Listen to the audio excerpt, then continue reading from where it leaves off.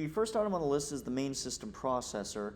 So what these wires do, it's about 30 bucks for these wires. This is just what connects the main system processor to everything else in the rack. So there's not a whole lot of discussion to take place on that item. You're really just saying, hey, I want the brain unit to be able to tell everything else what to do. So not a whole lot going on there. The equipment rack, these wires are not the wires that go throughout the rack and connect all the components. These are actually the wires that go from your demarc or the demarcation location up through the house to the rack. So typically on the outside of the garage, although you can place it wherever you want, you've got your incoming telephone, internet, and cable TV feeds, whether or not you decide to use those. So normally you're going to run a trench from the telephone pole to the side of the house, and the service providers are going to run their wires down the pole, through that conduit, and up to the side of the house. And that's where we'll have a weatherproof box where they can make those connections, and then our wires carry that signal from the outside of the house in up through the attic and over to the equipment rack location, wherever that's going to be placed. Now, on your particular set of blueprints, was there a specific AV location for the equipment rack? Let me show you something. There's an area that was labeled as, see right here? This pantry is going to not be a pantry. This is going to be the AV rack room. Okay, fantastic. That's excellent. So let me just make a quick note of that. Pantry is 118.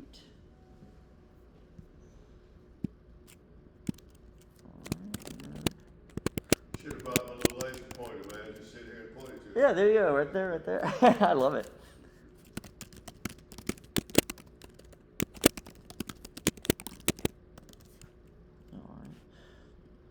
And whenever I leave these notes, this helps our team to be able to know where to place things of that nature. All right, so the wires that take the signal from the outside of the house to the distribution point are about $300. So we've got all those taken care of. Let's see here. Next item that requires wires. Okay, so next item on the list is going to be our background music system. So whenever we talk about speakers, we sort of separate it into two different categories. So the first category we refer to as background music, and it is its own standalone system. So this is going to be like that little pair of speakers up there in the ceiling, where you've got sort of a left and right stereo pair, just like you'd have left and right headphones. Mm-hmm. So this would be rooms like, let's say, the dining room, where you just want some nice music playing in the background. The second category of speakers we refer to as surround sound. So this is any area like a living room or even a media room where whatever's on the TV, you want that sound to sort of come through the speakers because you need a dialogue channel for the, to hear what the person's saying. There's going to be 3 surround sound areas in the project. There's going to be, of course, the theater room. Yes. Okay. That's going to be the living room. Okay. There'll be a fireplace and a big screen on top of the fireplace and surround sound up there. And then quite possibly the primary/master bedroom. Okay, excellent. So, Anthony, can you go ahead and add a surround sound zone to the master suite for me? Awesome. All right. So for the background music zones. You that you guys developed the software? Yeah. This is our own custom in-house software. Thank you.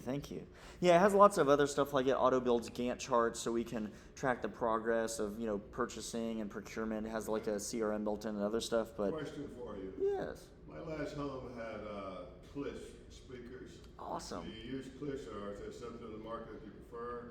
So it depends on which areas. If you're going with an in-ceiling speaker, I feel that at the price point, you have very limited selection with a Klipschorn. Whereas if you're going with like the big floor standing speakers with the the big horn and everything, you do a lot of silly stuff, to be honest with you. I feel like I can create more value for you with a lesser known brand. I mean, we carry Bowers and Wilkins and Macintosh and all that stuff. We're receptive to that. Yeah. I tell people all the time, Kevin, I've sold cars to paupers and millionaires. I've never met a guy who said, "Hey, listen, just going to charge me too much money." Right.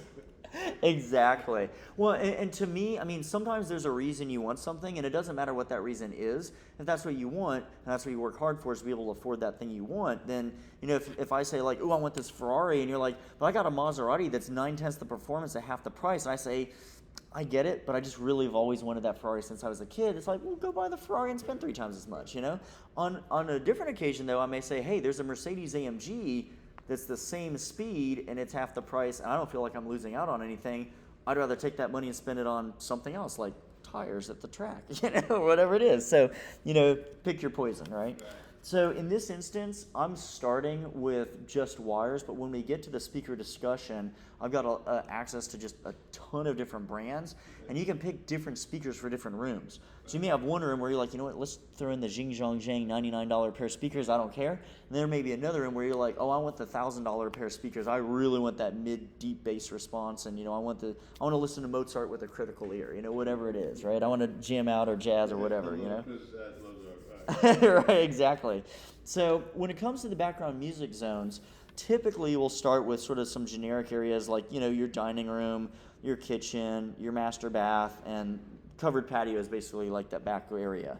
And then there's some additional zones that, you have a big backyard area. We could add some cool speakers there. Lounge area, primary bedroom. I think that one, if we're going to turn it into a surround sound zone, maybe we can use these pair of speakers for somewhere else, and maybe the office. But these depend heavily on your personal preference. So some people say, oh yeah, I like music when I'm working. Other people like, no distractions, no speakers in the office. So this is where your feedback is going to be very important as to which rooms make the most sense. The one thing we want to remember is, for the background music system, we want to end up with an even number of rooms. And the reason for that is, we can always wire for whatever you want, but at the end of the day, when we do get to the equipment selections, they don't make an amplifier that powers an odd number of rooms. So you don't want to pay for an amp and then not use a portion of it. Do me a favor. Yeah. I need to take this call. Go for it. Give me a second, okay? Go for it. This is Rhode Island.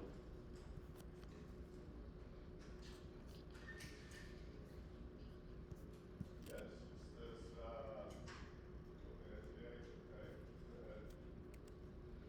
Anthony, I'm going to remove the primary bedroom 2-channel speakers.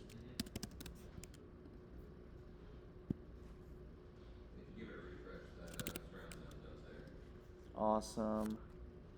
Perfect. Thank you, sir.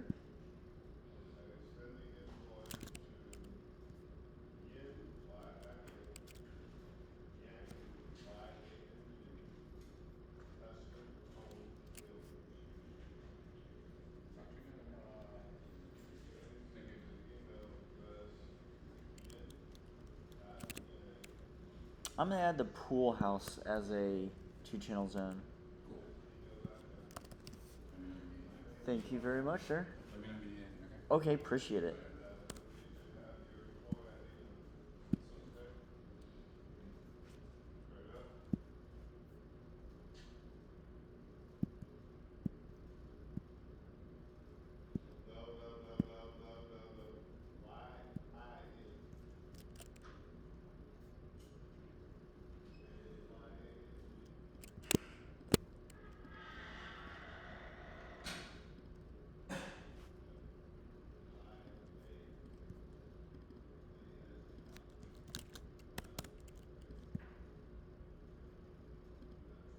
One, 2, 3, 4, 5, 6, 7, 8, 9.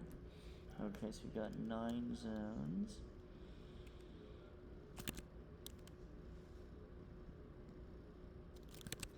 I'm also going to add the fire pit so that we have 10 zones versus 9 zones.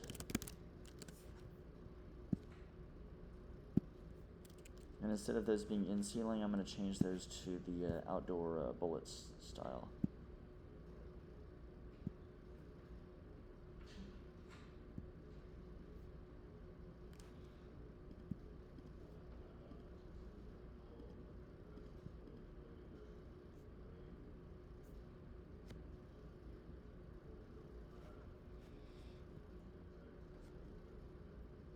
So now 1, 2, 3, 4, 5, 6, 7, 8, 9, 10.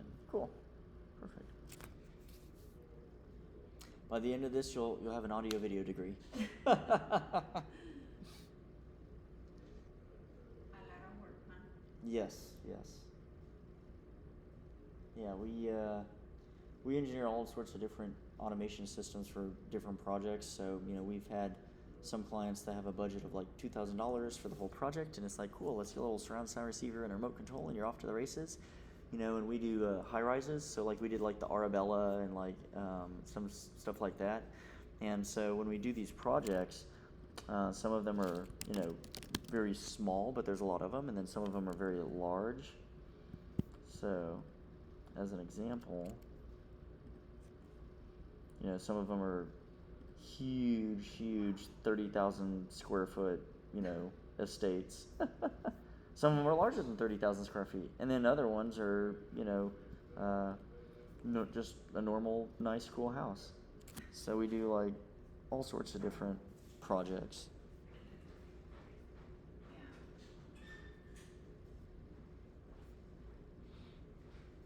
I'm sorry about that. Oh, no worries. The company did some plumbing work for me, they're gonna be paid, so I have to give them some information. Oh, sounds like a good idea. Yeah, they have that right to be paid. Absolutely. I was just telling her about some of the different projects that we do that are, sort of up on our website, and I was telling her, we do we did the Arabella, which is a high rise. So some of those clients like the budget for the entire project. Arabella, that's West Creek? That is. No, it's actually, okay, that's right across the street from where I live, yeah. Tell Yeah. them right across the street from there. Oh, cool. Yeah, that's Randall Davis. That's the CEO who built that, and he's also building the Allen. So we He's did. on the island? Yeah, I yeah. almost bought a place there. That's a cool Yeah, place. yeah, it does look cool. So this is our video with him while we're helping him sell the penthouse. Yeah, that's a cool place, man, the island. Yeah. That's gonna be the premier for purchase residential skyrise in Houston. Oh yeah, it's gonna have a really good view. But we've done a couple. We did the AIA headquarters for the Architectural Institute. We did the Giorgetti. We did Stake 48 in River Oaks District. Really? Yeah, we did DeBoule Jewelers. $2 there. Yeah, the Colondor Hotel. We did. Here's DeBoule Jewelers. So they're like. Comandor, okay, that's on Montrose. Yeah, yeah. This guy named Ricardo White's own that. No, it's a Jewish gentleman who owns it. He's Jewish. Oh, He's okay. actually Mexican Jewish. He used to be my business partner. Oh, okay. Okay. Okay. So I don't know if he's one of the investors. I just worked with Daniel Zimmerman. Daniel Zimmerman. Yeah. I don't know that. And let's see here. And Sergio Ortiz is sort of the manager for the hotel. But yeah, Daniel Zimmerman was the one that I primarily spoke with. Right. Yeah, a lot of different commercial projects, a lot of different residential projects. You can check them out; they're cool. So I've got 10 zones of background music. So I've got 2 pairs of outdoor speakers for the pool area specifically. I've got the fire pit area. So 4 speakers to sort of aim at the pool. A pair of speakers over here. I got a pair of in-ceiling speakers in the pool house. Perfect. And then for the remaining areas, I've got they say covered patio, but that's really just sort of this backyard area. Okay. The dining room, the kitchen, Okay. the lounge. Now, what do you define as the lounge, the bar area? So I put it in this area right here. That's good. That's good. Okay. That's good. And then we've got the master bathroom. Okay.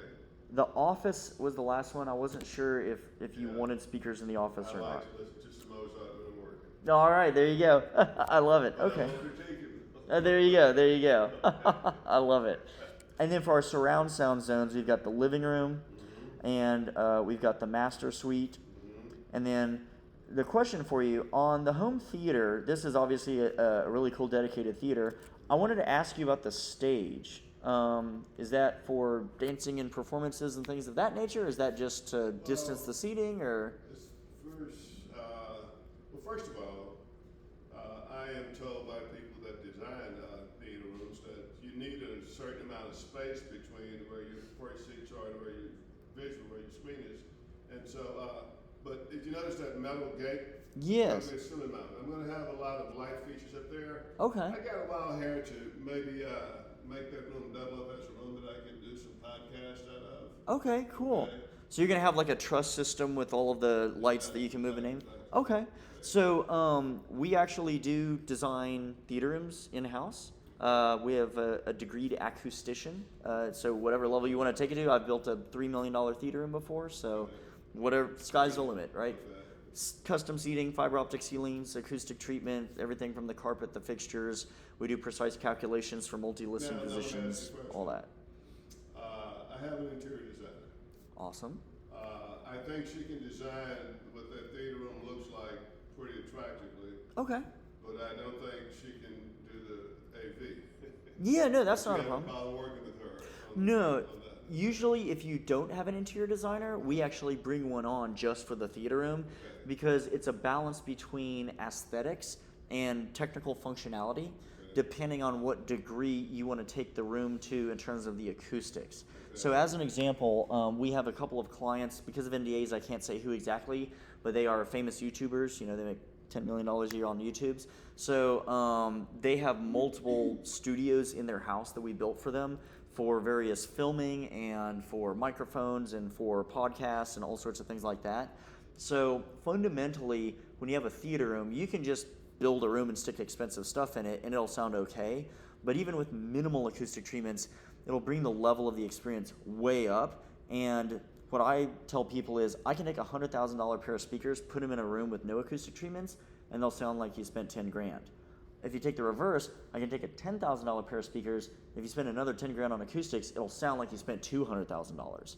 So it is very important. And if you're going to do podcasts, we want to make sure that we balance the acoustical treatments between dispersion, diffusion, absorption, reflection, and refraction to make sure, to make sure that we're not only tuning the room for the audio quality of the various listening positions when you watch a movie, but that there's not competition between those same acoustic panels for when you go to do a podcast.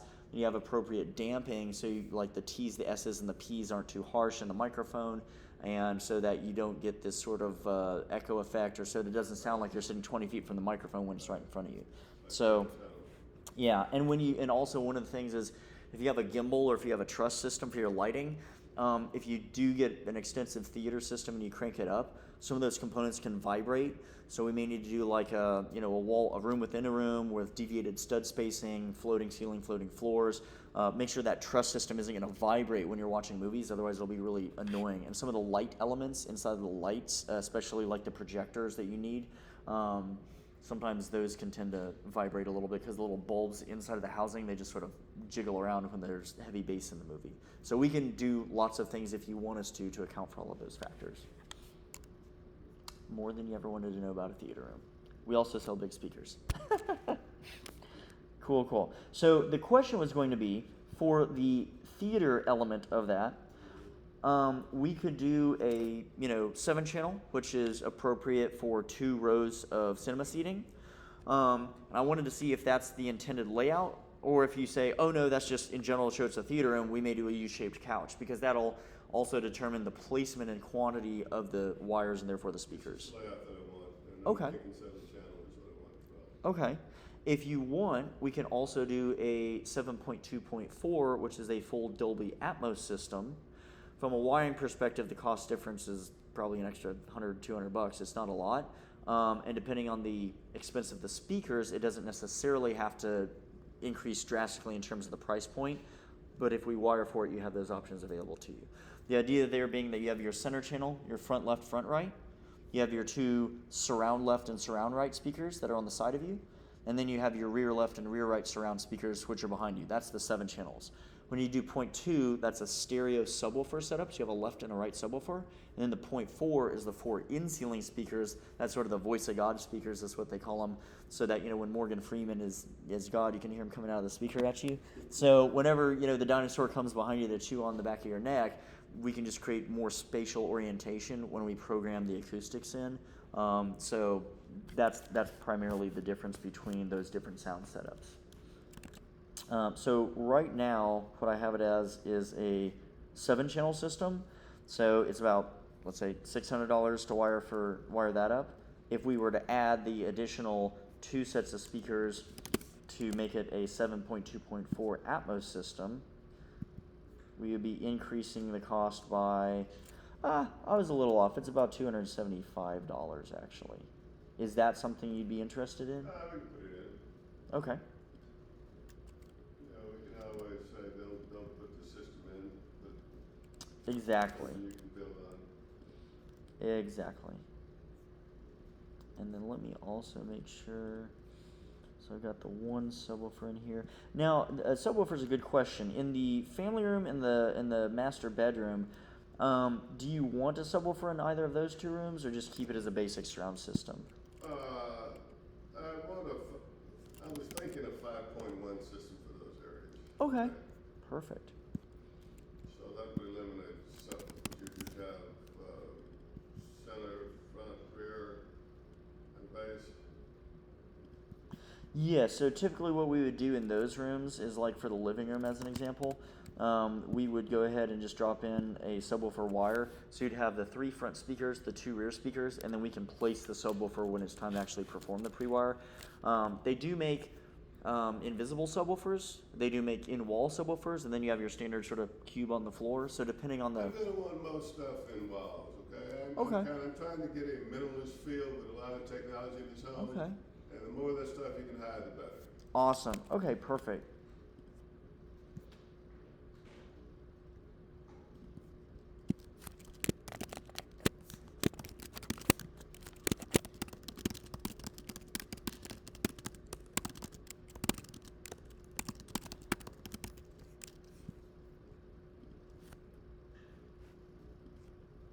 Perfect. And in the primary bedroom, you said yes to a subwoofer there, or no? Okay, perfect.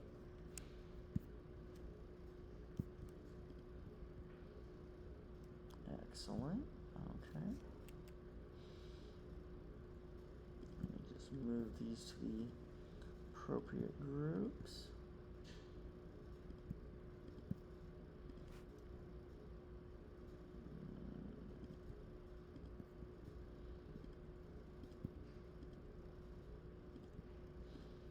And then can you rename the option group for the 5-channel in the family room to living room?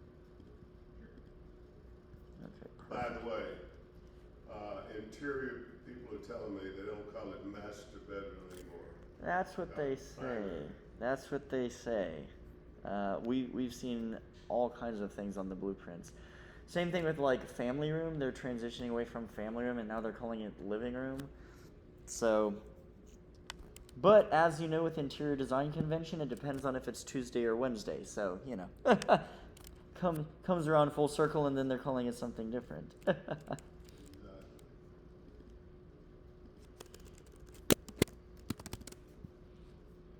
All right.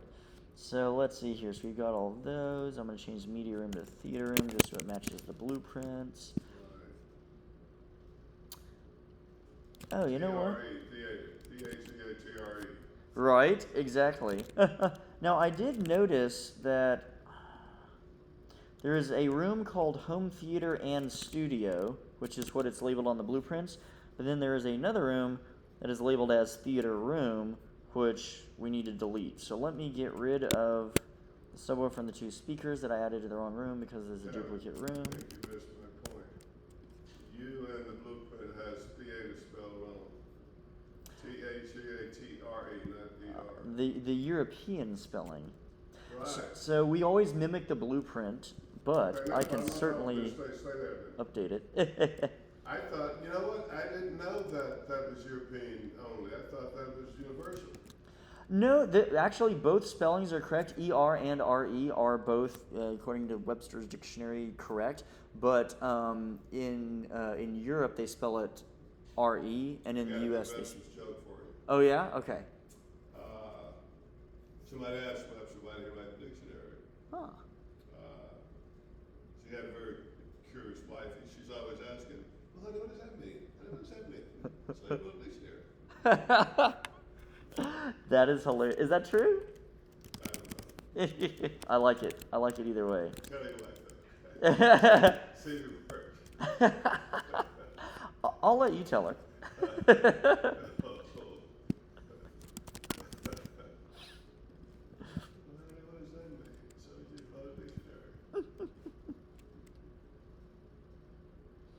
Alright, cool. So let's make sure both subs are the same type.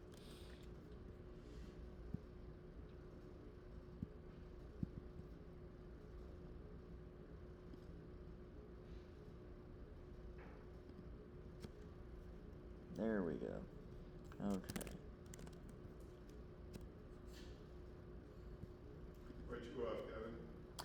I am from Magnolia originally.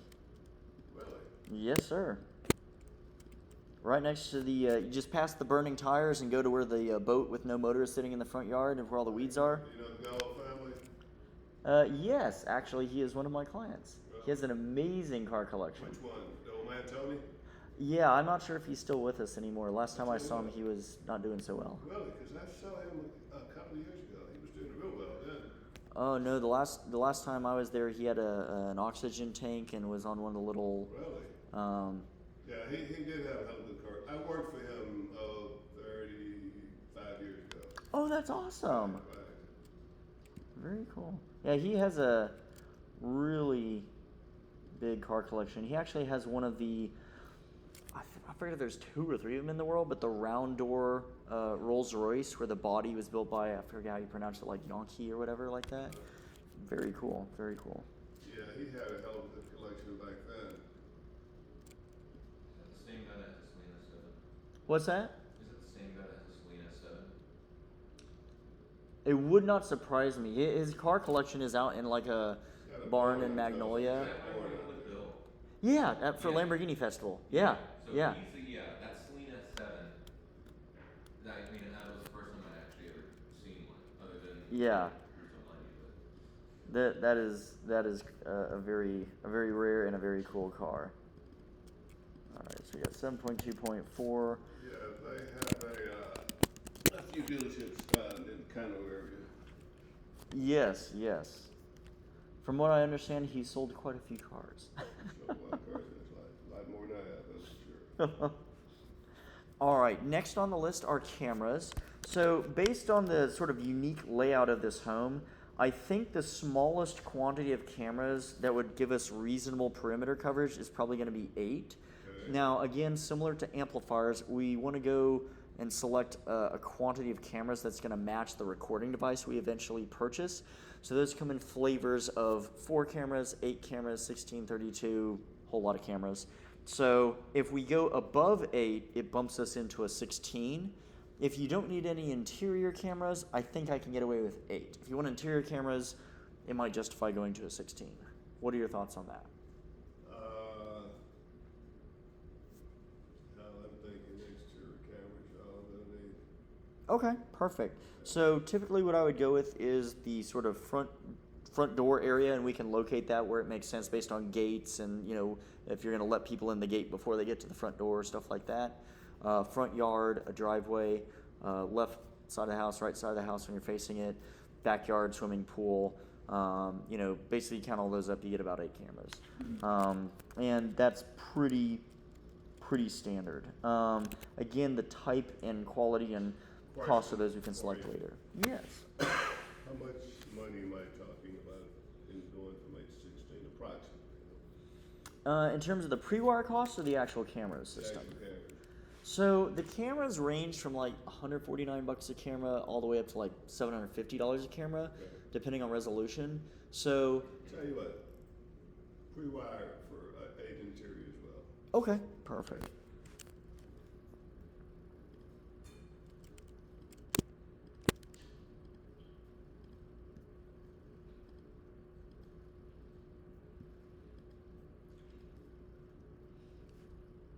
Let's say if I pre-wired for 8 interior, Mm-hmm. we're only going to have 2 stations live.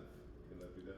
Yes, and also if you wanted to, we've had some clients have particular requirements about the recording of cameras. So we can always install a camera that you can see it, but it doesn't necessarily record. We can also make it to where, for example, if you have a touch panel in the kitchen where a guest could walk up and see the cameras, we can put some cameras to where they're visible everywhere, like exterior cameras. Then we can have the interior cameras only visible by you. You know, there's all sorts of ways we can I'd like configure to have it. them all where they're not very visible. Okay, that makes sense. Okay? Perfect. So let's select a couple of areas so we know where to run the wires.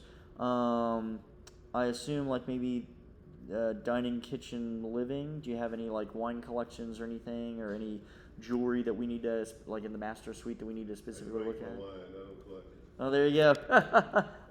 When you throw that big party when the house is built, be sure to invite me. She helps me a lot. I love it. Nice, nice. So let's see here. So we've got dining. Yeah, as far as the interior, Mm-hmm. I think at the front entry, once a person's inside the front, the inside interior foyer, Okay. and probably somewhere around one of those two doors near the living room, dining room. Okay. And the reason why I say that is if someone is going to come in or out of my place, that's where they're going to go out, and that's where I want to. So it's sort of where the sliding glass door is in the living room? Right. Okay. Well, actually, okay. Whoa. Let me. Okay.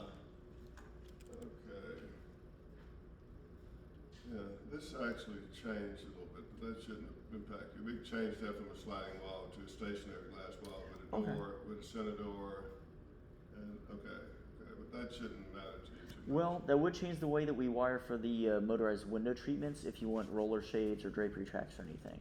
So that is important. But as long as we remember that, that's fine. Okay. Well, again, this will not be a sliding wall.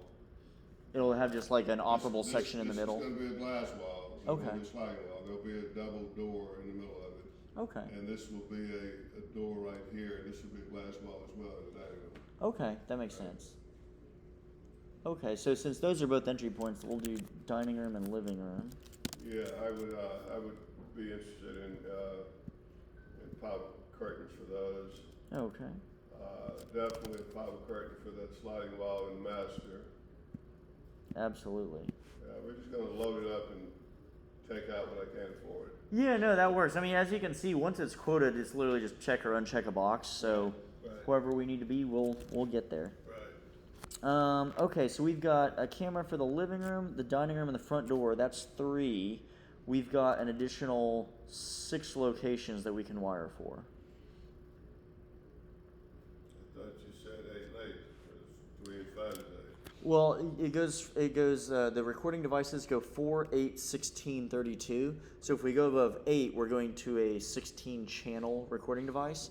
So we were already at 8 with the perimeter. We've added 1, 2, 3 more. So that gives us 6 remaining if you want to wire for those. 5 remaining. Ready to do your math, Kevin? Wait a minute. 8 Bad at plus mental math. 11. Yeah, there you go. There you go. 5 left. 5 left. I don't know. I was giving you an extra one for free there. This is why God invented calculators. Now, arguably, they don't all have to be interior cameras if you don't want them to. If we want additional coverage on the exterior of the home, we can also use them for that. So as an example, we have one camera that looks at the pool. That doesn't necessarily mean that we have a camera that looks at, the fire pit. So if we want to add a separate camera to sort of look at the fire pit, we can do that. We don't have a camera inside the pool house. We could add one there, Okay, I'd put one in there. Okay. Just the pool house or the fire pit also? I don't know if it needs to be one in the fire pit. Okay. Okay, but definitely the pool house. Okay. Now, do we need? Oh, go ahead. Well,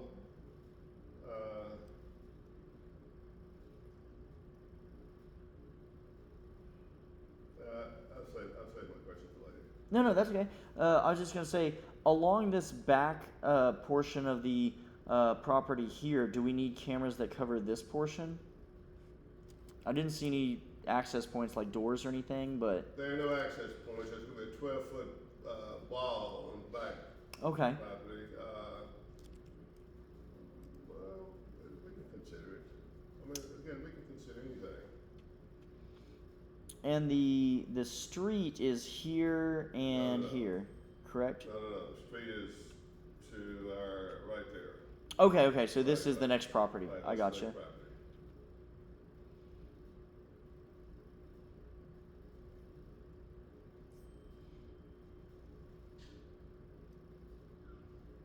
I mean, if you wanted to, we could actually have a camera that. I assume that this equipment landing pad is that's the pool equipment. This is maybe for like HVAC units or for the pool house or something like that. My thought is I don't want copper thieves to come and steal the coils out of an HVAC unit. So if we have a camera there, it's a deterrent. Tell you what, man. If It's very common. You would not believe. I've seen it happen. Yeah, we're actually building like a $5.3 million spec home right now, and we got all of our wires done. The electrician got all of his wires done. They were about to sheetrock, and the very next day they came and they had cut all the electrician's wires, just the whole main trunk, and stolen all the wires. Really? Yeah, in one day, right before they put up the sheetrock too. So now we're putting mobile construction cameras out there to, catch them. Yeah, I'm glad you mentioned that because I'm thinking about doing one of those. Yeah, we rent those as well as depends on how long you're going to rent it for. If you're renting it for a really long time, then it makes more sense to just buy it because the lease ends up being more expensive than just buying it. Similar like a car lease versus buying the car. It's like, well, if you're going to change your vehicle every 24 months and always want the newest thing, then you weigh that versus buying it and then trading it in. It's kind of the same deal. Okay, so are there any additional areas that we would like to add cameras? Kevin, you're throwing a lot at me. Yeah. Let me give some thoughts on that, okay? Okay. We could always make sure that there's one camera in the outdoor foyer and one camera at the front porch. Right. Here's a question. Will there be a pedestrian gate that someone has to get through before they can get to this sort of front walkway area? No. Okay. So if that's open, we don't need to worry about It's open yard. that. Okay. I mean, at the end of the day, even the front yard is so wide, you could even argue that you could have one camera to look at one portion of the front yard and a second camera to look at a second portion of the front yard. I wouldn't be opposed to that. Okay. I mean, after all, you got 8 out there. Where else you going to put them? Right, exactly.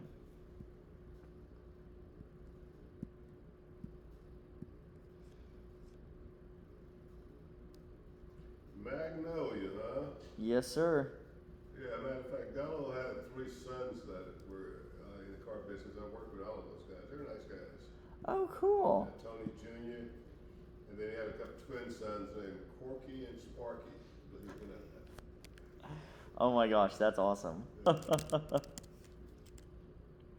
2, 3, 4, 5. So 6, 7, 8. We'd have 3 left if we want to wire for them. So I'll go ahead and put these in Give for some now. thoughts of where Yeah. Squeeze those 3 in, okay? Sounds good.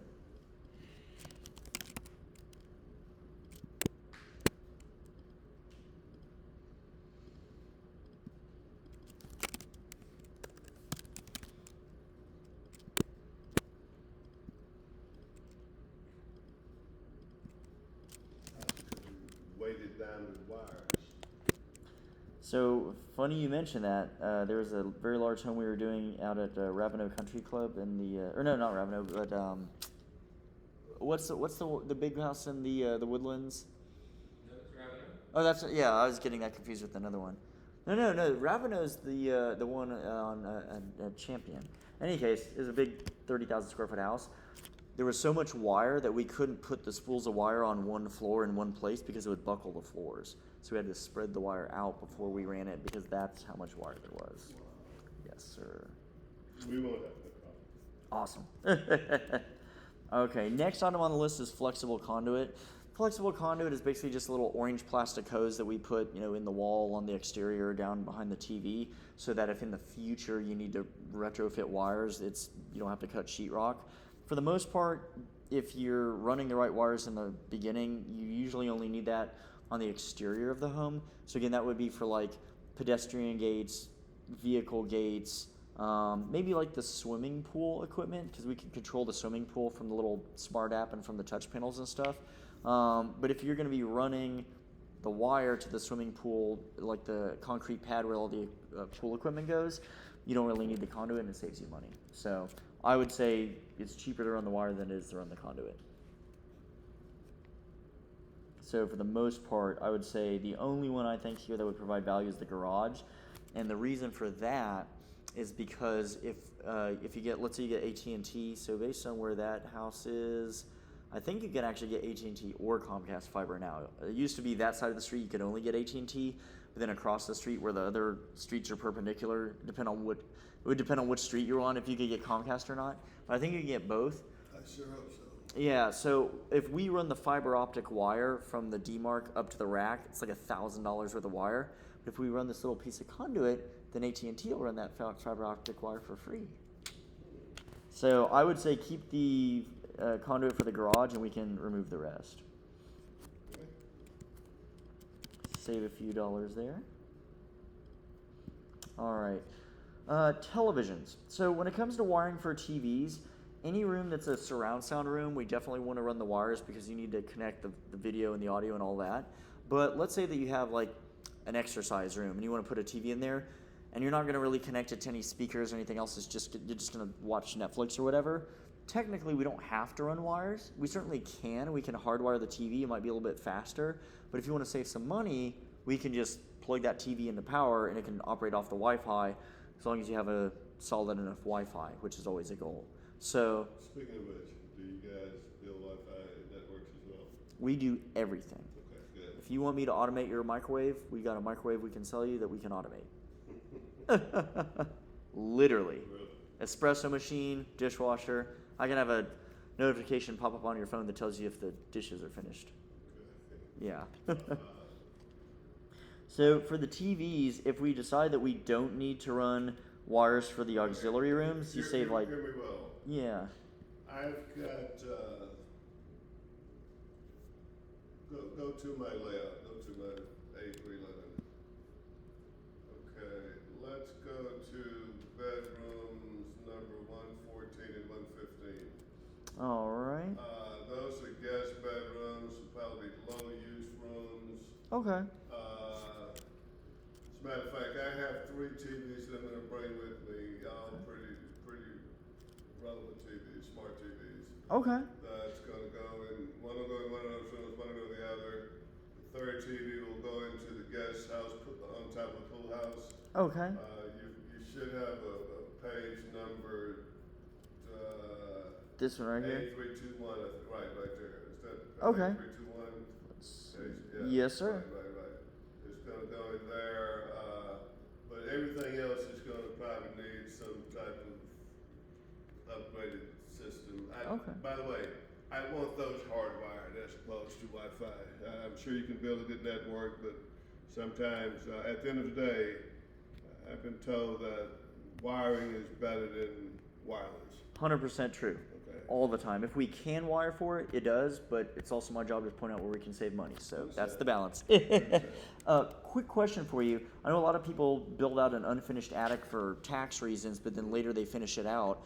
If you do plan on finishing out this attic, is that going to become a gym or something? Let me tell you for right now, that attic needs to have some technology because that's going to be my man cave, okay? Ah, okay. Right. Okay. The way you see it now, it's not the way it's going to eventually be. Okay, I've gotcha. already got the plumbers putting in plumbing infrastructure. I'm going to have an electrician. I'm going to have at least about 3 or 4 speakers in the ceiling in there. Okay. And I'm going to need to have at least, think about it. I like to play poker, right? I'm thinking about maybe my poker room up there. Oh man, Okay. boy do I have something for you. So we automated a poker table for one of our clients where you can press the button on your app and in the middle of the poker table, the drinks come up out of the middle of the poker table. I'll send you a video of it, it's cool. Okay, so for televisions in this room, do you want multiple TVs in that room? So whatever you're facing on the table, you can see the TV? You're going to need to probably have 2 TVs in there. Okay. Let's say it's probably going to be one on this wall and on this wall. Okay. Okay. Perfect. Sounds good. So Anthony, for the attic, can you go ahead and drop in 2 TVs, Wi-Fi, 4 2-channels? Two 2-channel zones, and then upgrade the 4-room amp to a 6-room amp in the 2-channel background option group. And then 2 TVs, 2 pairs of speakers, and upgrade the 4-room amp to a 6-room amp in the background music system. Cool. Okay, so let me review the locations for the TVs, make sure I'm not missing any, and also make sure there's not any we need to delete. So I've got a TV for the covered patio on the back porch area. Got a TV for the living room, obviously. Primary bedroom. That TV for the living room, Mm-hmm. that may need to be some type of projector. Oh, okay. Because that's going to be a big area. That's going to be a big wall. There's going to be a fireplace underneath the TV. Okay. That might need to be a projector. Okay. We do have a special screen material that we can use so that it helps reject the ambient light in the room, Okay. and that way we can get a much larger picture. The magic number is about $5,000, and here's the reason why. Up to $5,000, you can get an 85-inch TV, and it'll be good picture quality, and it looks great and whatever else. This is referenced as a 75-inch, should be a little bit, and it's measured diagonally, so it'll be a little bit larger than that. Once you go over 85 inches, though, the price just shoots up like a rocket for those TVs. Now you're paying $40,000 for a TV that's like 90 inches or whatever. So once you hit $5,000, you're also in the price point where it's like, well, if you want something bigger than 85 inches for an extra $1,000, for $6,000, you can get a projector that's a good quality projector, and how far can I zoom out the lens? Yeah. Now, the other cost to take into consideration is the special screen material. If there's going to be a lot of ambient light, then we have to use a more expensive screen, and sometimes we have to use a more expensive projector because we need basically a brighter projector to overcome that ambient Well, light. let me say this. You may not be able to see it in what you're looking at, but one of the things I like about Keith's design, we're going to have a lot of lights, windows in the ceiling that lets a lot of natural light inside the home. Awesome. Okay, and so we managed to factor that there's going to be a lot of natural light coming into that area. Gotcha. Okay. So there's a product. Let me see if I can find the video real quick on their manufacturer's website. If not, I'll double check YouTube. But there's a specific product that Screen Innovation makes. That's a very good product. If I can speak correctly here. I was going to show you a picture of it.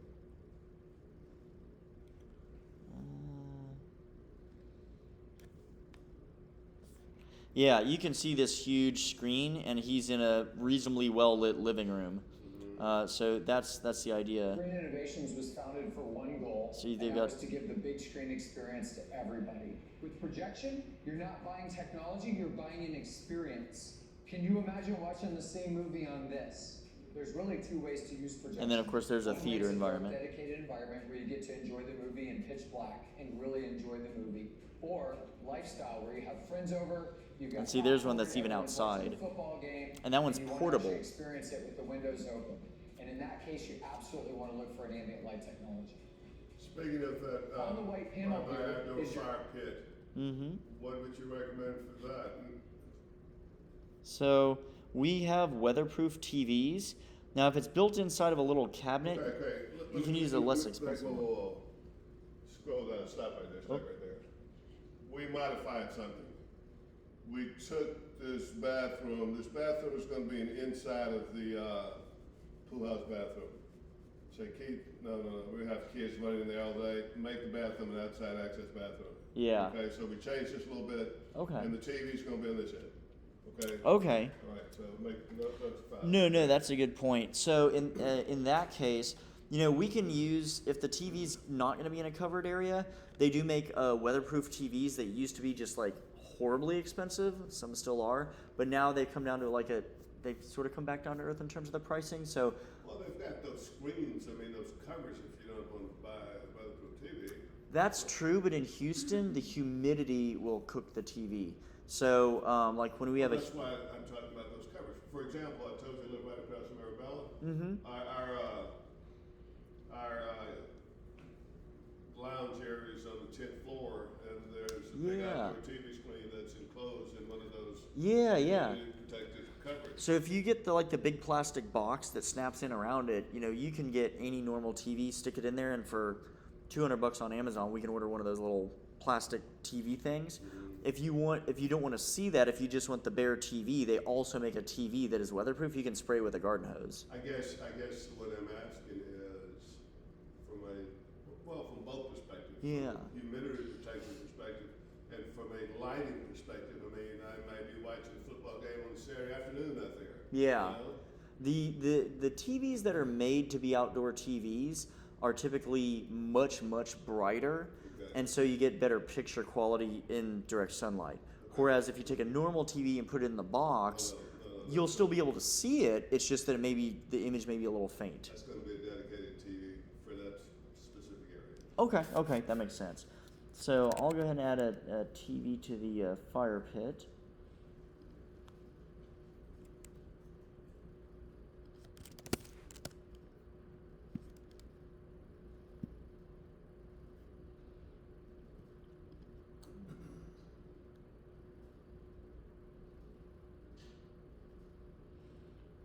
Yeah, now you can get an outdoor TV for $3,000. They used to be like $15,000. Actually,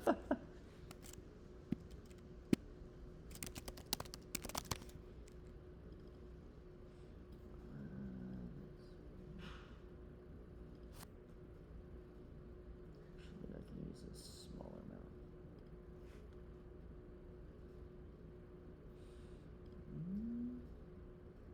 Oh, I need to use outdoor rated.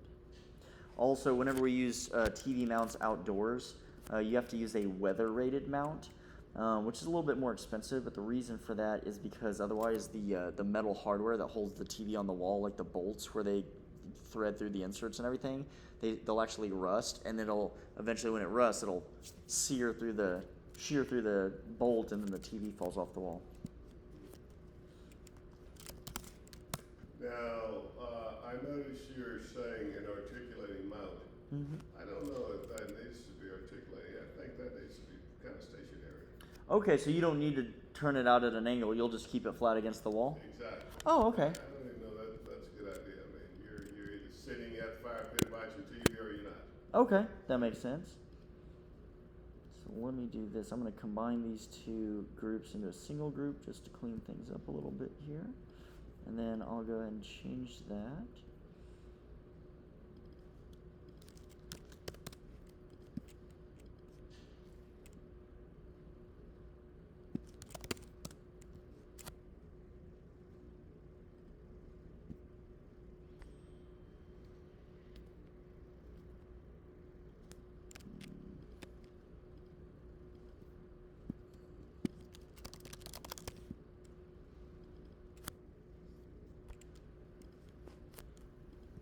There we go.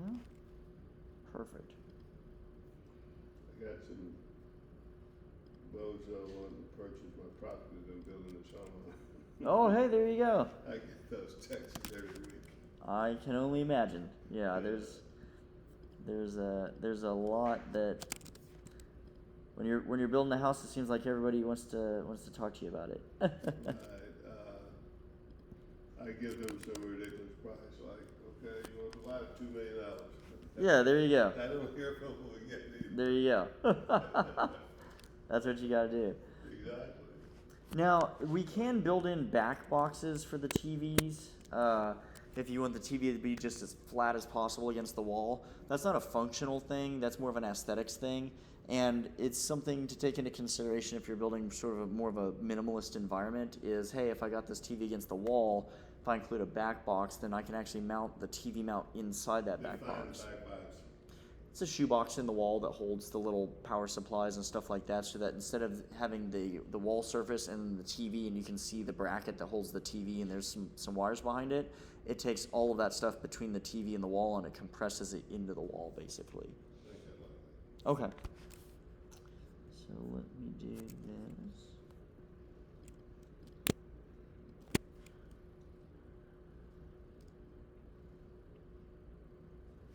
So we'll need one of those in the living room.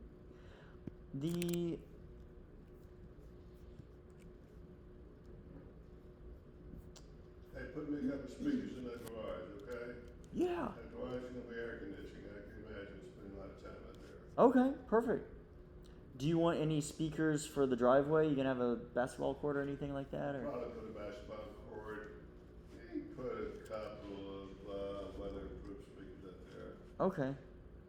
So let me do that. Now these on something like a Sonos system, you can control all of those individually, right? Exactly. Yeah, I like that system. Yeah, You we. used to have something similar? Yeah, so actually what we do is we take Sonos and we use it as a source. That way you only need to buy one of them. And then we feed the music from the Sonos into the background music amplifier that controls the volume for each room and the switching of what you want to listen to. And that way you can sort of listen to anything anywhere. Okay.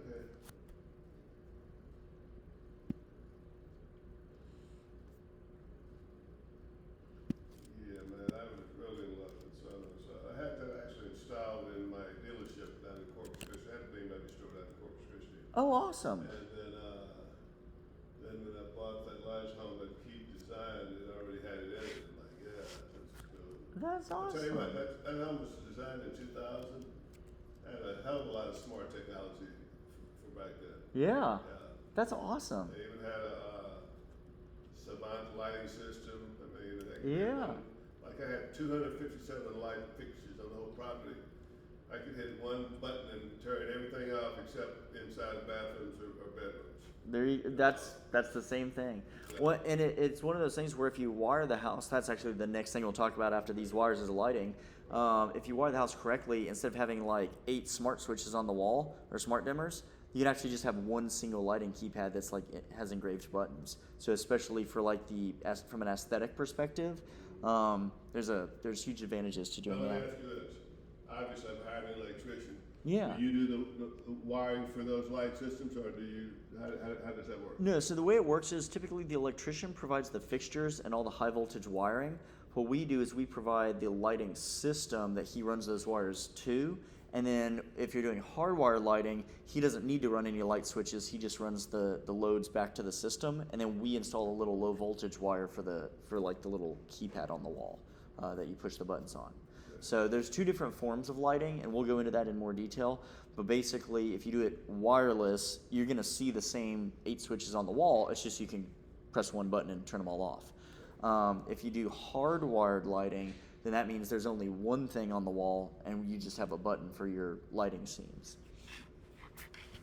All right. Random question about TVs.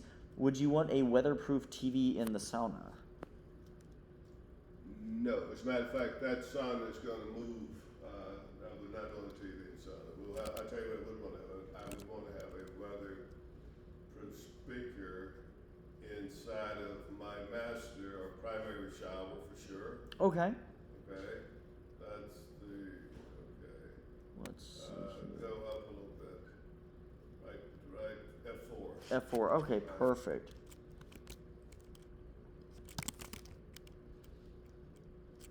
Oh. Anthony, can you rename the master bath and master bed hallway to primary bath and primary bed hallway? Just as an FYI, that speaker would probably need to be toward the right wall. We're going to have some jets toward the left wall. Ah. Okay, we're going to have a center overhead shower head. Okay. So that probably needs to be further just toward the left. Does this piece of glass go all the way to the ceiling, or is there an opening?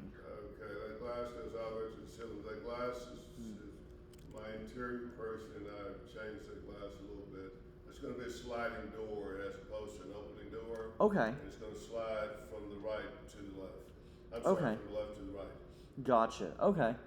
No, that makes sense. I was going to say, if there's a gap at the top, we could actually put the speaker just outside the shower, and that would save you some money. Right. But if it goes all the way to the ceiling, then you won't be able to hear it. It's going to be concealed. Okay.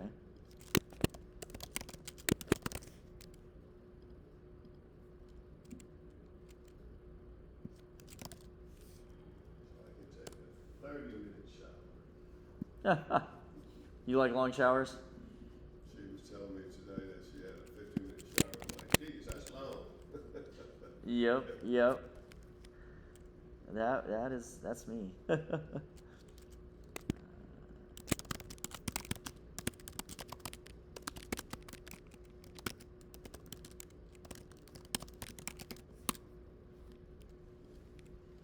Okay. Got that. So let me go to the sauna. Eliminate the television there. By the way, have you dropped speakers in those bathrooms? I do not. At least one speaker in all bathrooms. Okay. Including the 2 half bath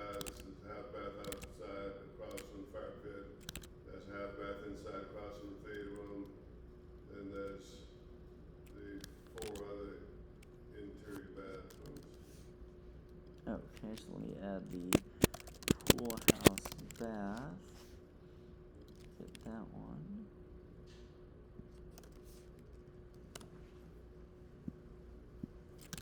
Then I've got the. Now, when you remove the dry sauna, is that becoming a bathroom? Because it It's kind of gonna looks like. stay a bathroom. Okay. We're, just for the record, where that, the dry sauna and the wet sauna is gonna be outside, right behind the pool. There's an area, okay. So, like, over- Stay right, move up a little bit. We're gonna shift, this is an inside storage pantry Okay. inside of the pool house. We're gonna shift it over, and we're gonna make 2/3 of that space, we're gonna put a sauna right there. Okay, cool. Actually, I'm gonna do a combination sauna slash steam room. Oh, cool. Yeah. Very cool. Nice.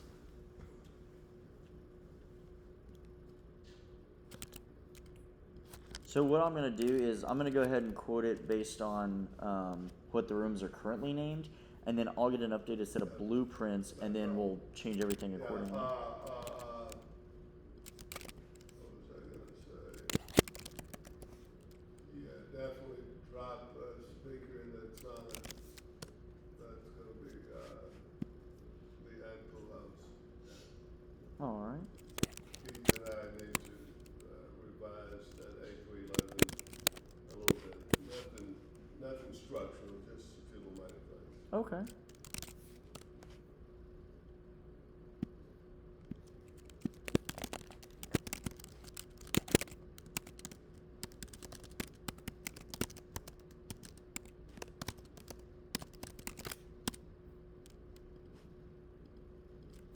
Okay.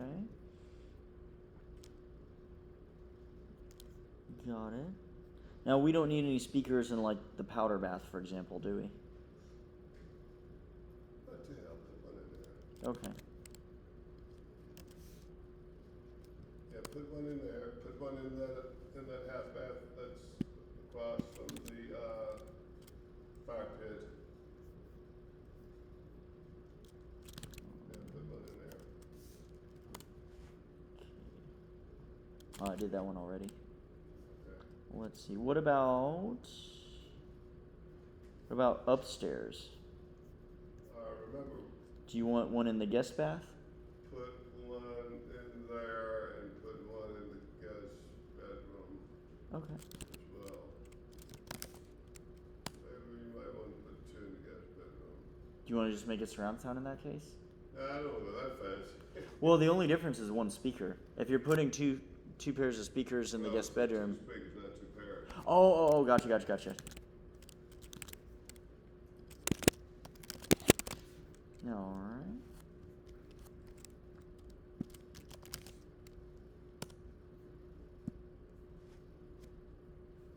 So, do you still own a BMW dealership?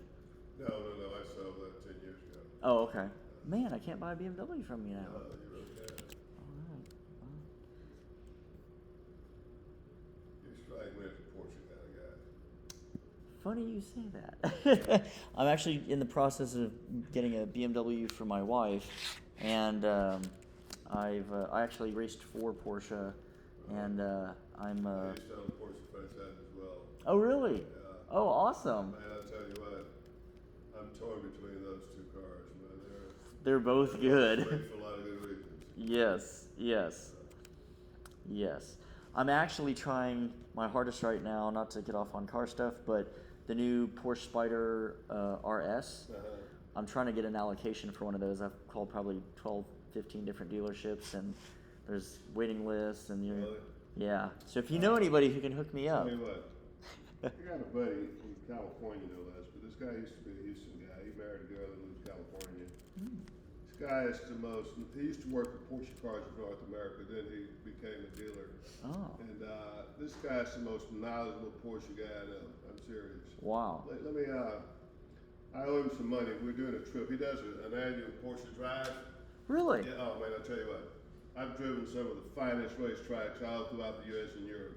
This drive he does is as fun as any of those. Sign me up. We're actually in June. I'm going to be in Norway on a Porsche drive in the fjords. We're going to be doing We go to the Arkansas, Missouri Ozarks. Oh. I mean, Kevin, you're doing roads like this and this. I mean, it's really, really sweet stuff. Yes. Oh, I love it. Okay. And we do that. It's always the first week of November. First week of November. Right. Are there still any openings, or is it full already? I think it is. I tell you what. Let me do this. The guy's name is Jack McCall. Jack McCall? McCall. I'm Okay, going McCall. to send him your information today. Okay. And tell him to reach out to you. He's got a spot open on the. We go to a place called Big Cedar.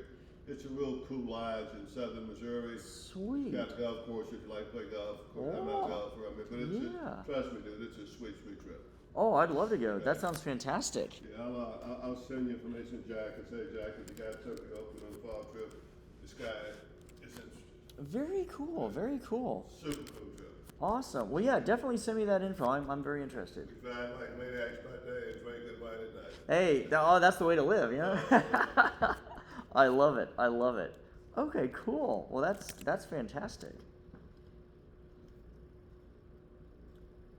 Man, now I'm super excited thinking about all the good car stuff. You said you used to drive a race car? Yes, and I'm trying to get back into it right now.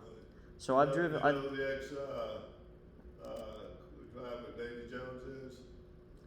I've Davey heard. was with a group in one of mine some years ago. Okay. Yes. Anyway, David was on that trip some years ago. He's got a wife who can drive like hell. I'm telling you, he taught us slow how to drive. That's awesome. We usually it's usually about 30 to 40 cars to go on this trip, right? Yeah. Yeah. We break down the routes for 3 or 4 to drive because you don't want to have 30 cars going like maniacs. Right? Yeah, and somebody wants to go really fast. Somebody wants to go a little bit slower, and Paired up yeah. with 3 different groups, just the cruisers, the mid-range drivers, and then the maniacs. Okay. Yeah. Yeah. Okay, and so that's how we pair them. Now, up. which group are you in? Well, I'm somewhere between the maniacs and the mid-range. Okay. Okay. I like it. I like it. But I remember one morning, it was about 4 cars. That was the last car. David and his wife, Rachel, was in the first car. Man, David's just, man, they on it, okay? I'm like, guys, slow down. So we usually break about every 90 minutes. Yeah, yeah. A glass of water, a bottle of pop, or a cup of coffee, something anyway. Yeah. And man, we get out there, it was Rachel driving. I'm like, Rachel, you sure don't drive like no stinking girl. And I'm telling you, he's taught her how to drive like you wouldn't believe it. That is awesome. This is a fun trip. I took Grace with me on this past trip, but she had to leave Charlotte when we got into the real fun driving. Oh man. Yeah. Oh man. No, my wife doesn't drive a whole lot, but she enjoys being a passenger, and I'm trying to convince her to like go take some racing classes See, or I'm whatever. just the opposite. I get a motion sickness when I'm the passenger. Yeah. If I'm driving, I'm good. Oh I'm yeah, good. dude. There are pro drivers who get sick with other drivers, and they're like, man, if I'm behind the wheel, I'm fine. If I sit in the passenger seat, I'm just like, oh. That's exactly the way I am. Yeah, yeah. I think it's something physical that you don't have really like control over. So, but yeah, we recently drove the Tail of the Dragon. That was insane. Like there are no straight parts. It's just all curves and elevation changes and everything. And then we went out to San Antonio and drove the the Twisted Sisters. So there's some good roads that are not too far away. But yeah. Now he does another trip, a West Texas trip. He usually does that in the spring, and it's more a lot of straight line speed driving. But the fall tour, man, is like I'm telling you, dude. Oh. They've got elevation and curves that are perfect. Sign me up. Sign me up. It's a lot of fun. Very cool. Well, hey, if he can give me the allocation, I need to swap one of my cars out for a here's Porsche. the deal. Jack's kind of semi-retired from being a dealer, kind of like myself. Yeah. But he would know who to call if there was such a car that could be gotten. That makes sense. Yeah. That makes sense. He's connected on the corporate side and on the dealer side. Very cool. Right. Very cool. Awesome. Well, thanks, man. I appreciate that.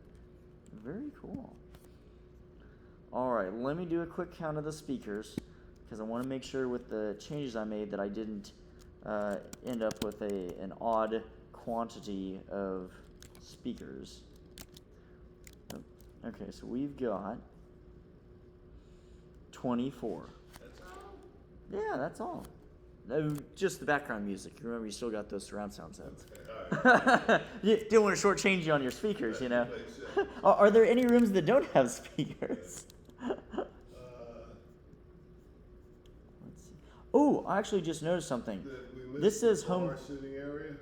The bar sitting area. You're talking about right here in the pool house? No, that's up in the main house, to the left of the living area. This, see where that privacy wall is? Let's go, okay, it's called the lounge, it's called the lounge, there you go. Yes, I do believe.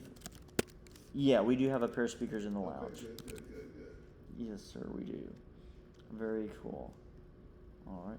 Now you don't need a TV in the kitchen, correct? Because you're just gonna watch the huge screen in the living room. You know what? You can put them in there, because let's say if I don't want to be bothered with all that, but just want a little soft music in the kitchen, you can put one on top of that island. Now I already have the speakers, but I mean a television. No, yeah, we're gonna have a television like, right here, sort of like, right over here, just to say if Okay. I'm cooking and, Okay. I don't wanna be bothered with the big deal, just give me a TV right Perfect. there. Yeah. That makes sense. Hey, question. Where's the nearest parts room? I need to go to the parts room for a second. So basically, when you go out this glass door, just head right back towards the elevators, and you just hook around to the left. Go past the elevators? No. When you walk down the little elevator hallway, it's just to your left. Okay.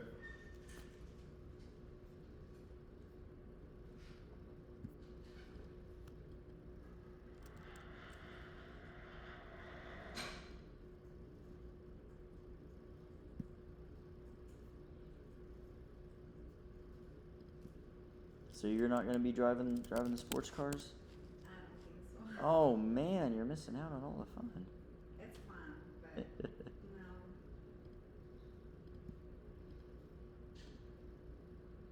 Sometimes it's just as much fun riding along and holding on for dear life, huh?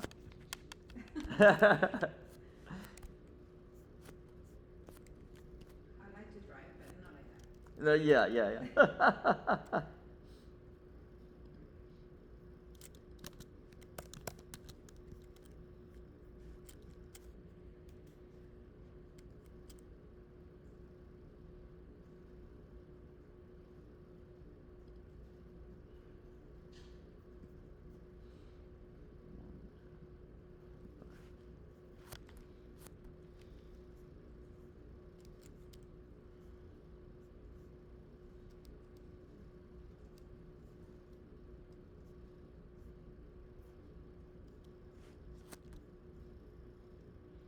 Okay, so back boxes, beds 2 and 3. Covered patio.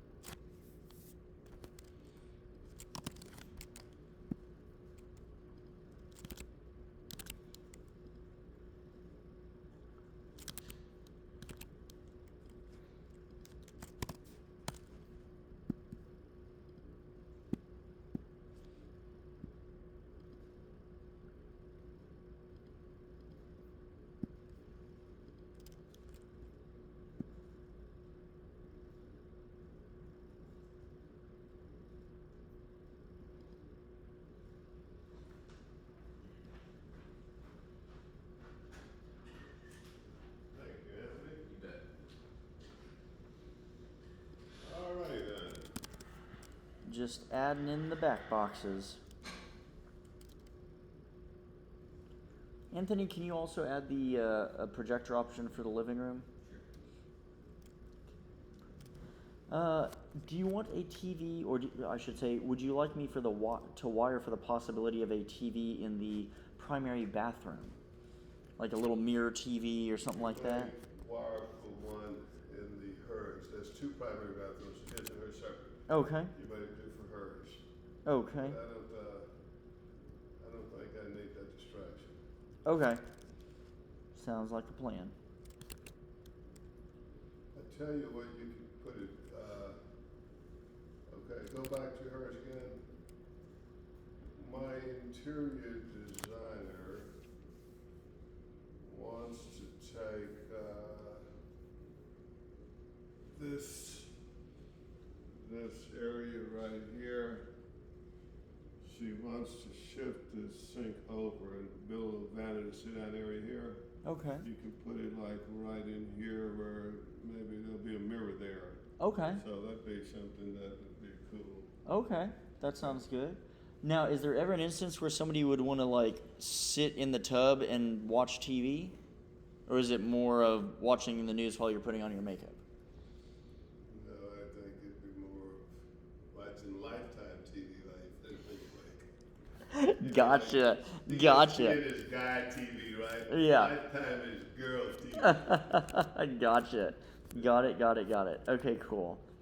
That makes I don't know sense. about you, but I can't live without ESPN. You know, I don't actually watch that many sports. I watch basketball and Formula One primarily. I watch Sports Center probably on average once a day. Okay, that makes sense. Listen, I catch Sports Center, but that's when they do that. I'm like, you know what? I've been waiting on this channel. That makes sense. Yeah. All your sports news right there in one batch. Exactly.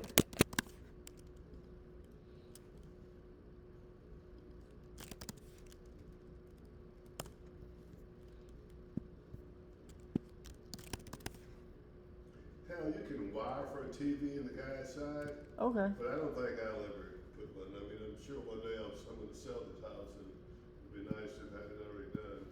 Yeah, absolutely. Well, and again, at the end of this, we're going to itemize things Right. so you can see what the incremental increase in cost is to run that extra wire. And if it's something that you decide doesn't produce value for you, we can just uncheck the box and it'll go away. Now, if a guy's showing you $85,000 worth, $8,500 worth of wires, what those wires hook up to is going to be astronomical. We've also done pre-wires for $1,000, but it was a much smaller house. You may need to break before you show us that. This is also why we go one step at a time, so you don't have a heart attack. You know, you have to build up to that number. No, we worked with every possible budget you can imagine, and Well, let me put it this way, Kevin. For the size of this home, I can afford anything you throw at me. It's a matter of whether I want to or not. well, yeah, that's like saying I can buy a Bugatti, but if I get just as much fun out of buying a Porsche, then why would I waste the money? Porsche. If you ever say Porsche to Jack, he's going to give you the evil eye. I got you. Trust me, when he and I first started working together, he used to correct me every day. That's right. All right, so we got all those. That's perfect. Yo, this guy is the top Porsche resource in America. Seriously. Wow, Oh man, I'm telling you. that's awesome.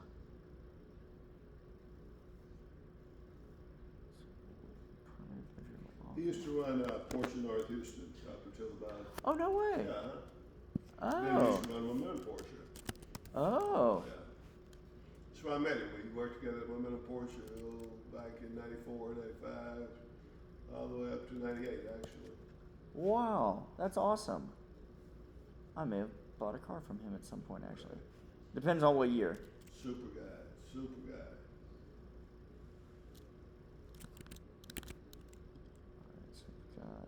Yeah, you look more like a Porsche type. I've raced for Audi, Porsche, Ferrari, and BMW. Really? Mm-hmm. I got an M6, man. Them cars are fun cars. Oh, yeah. Now, ironically, my favorite of these was an M3. Oh, really? Man, I'm telling you, that car stop on a dime and give you 9 cents change. What gen? Beg pardon? What generation? You know, see, you're speaking like a service guy. On the sales guys, we don't speak generation, we speak year and models. This was a 98 model, okay? Oh, okay. But matter of fact, that same car, Is that E86? That's the E46. E46, okay? See, that's the way service guys talk. Uh-huh. Okay. Yeah. Sales guys don't talk like that. Yeah. Okay. But in '97, the M3 was rated by one of the car magazines, Car and Drive Road Track, as the best handling car in the world at any price. And ironically, it was one of the cheapest cars in the whole batch.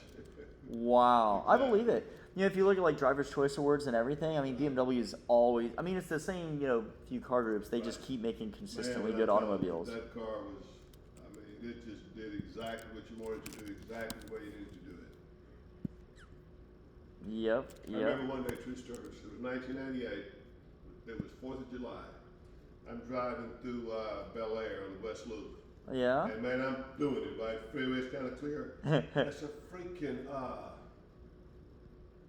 ice chest in the middle of the road. And so I'm trying to go by one car, and I get out of the ice chest right in front of me, I just hit it again, right? I look in my rearview mirror, the ice chest was right there. I'm like, whoa. Oh man. And I wasn't even rolling either. And if you do that in another car, you'll just roll over, or Yeah, you'll lose absolutely. traction and hit the You're wall, gonna or hit you the car, know. You're gonna roll the car, hit the ice chest. Oh That's yeah. simple. You know, I had a because I was driving for Audi at the time. You know, they give you a daily driver that's Right. the same brand. So I was racing the R8 V10s, but the daily was like an Audi S8, I think, or an A8, or whatever, the big sedan.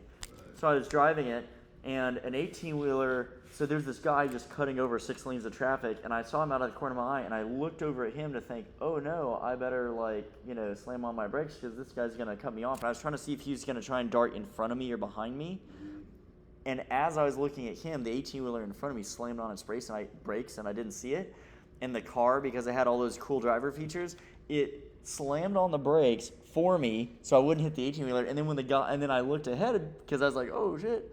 And then when the guy came, it steered itself out of the way, so he didn't hit me, and he missed me, and he hit the wall.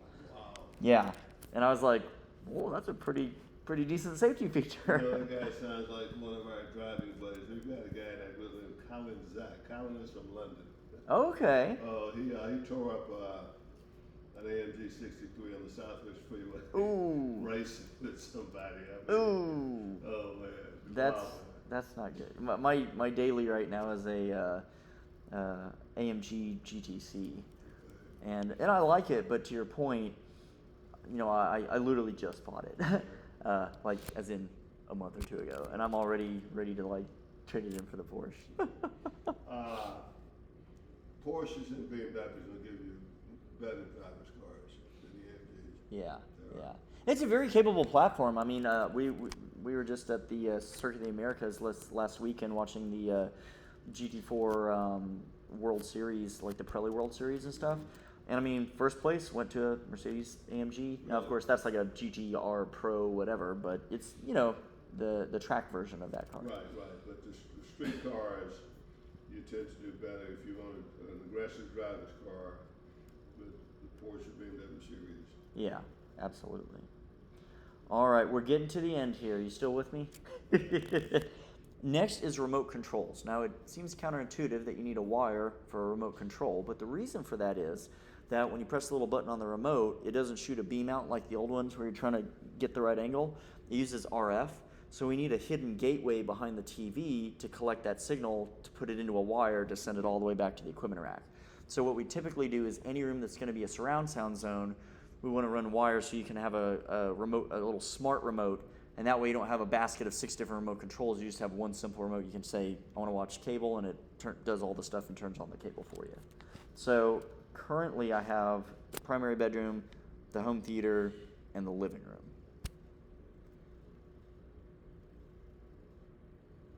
You may as well put a remote wherever there's a TV.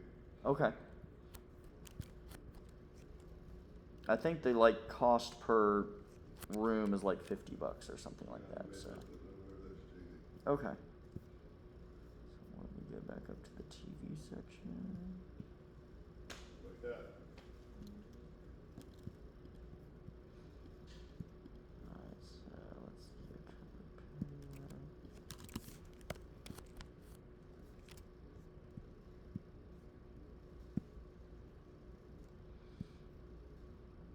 Two and three.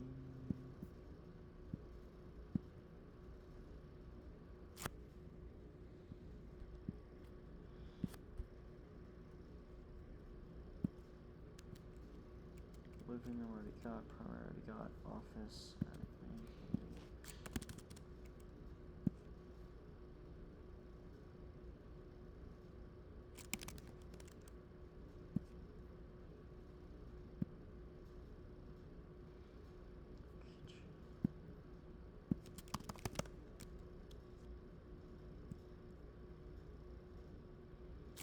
Did we put a TV out at the pool house? No, but we probably need one inside of there. Okay. I just now thought of that. I was like, hey, what about the pool house? Okay, go back to the pool house, let me tell you what I think it ought to be. We don't have many options. Do you want it like in the middle of the bar, or do you want it on the wall, or? Actually, we're gonna put a range right here. Oh, okay. So that's not an option. Aha. We're moving this door over here. I'm gonna say, and this is a glass wall, so it can't be there. I'm gonna say the only two options really are gonna be here or here. Now we can always ceiling mount it on a pole mount, and that way you could put it in one of the corners at sort of an angle, and that way if you're sitting here at the counter eating or having drinks or something, you can look up at it and see it. Okay, then let's say put it on the pole right there. Okay.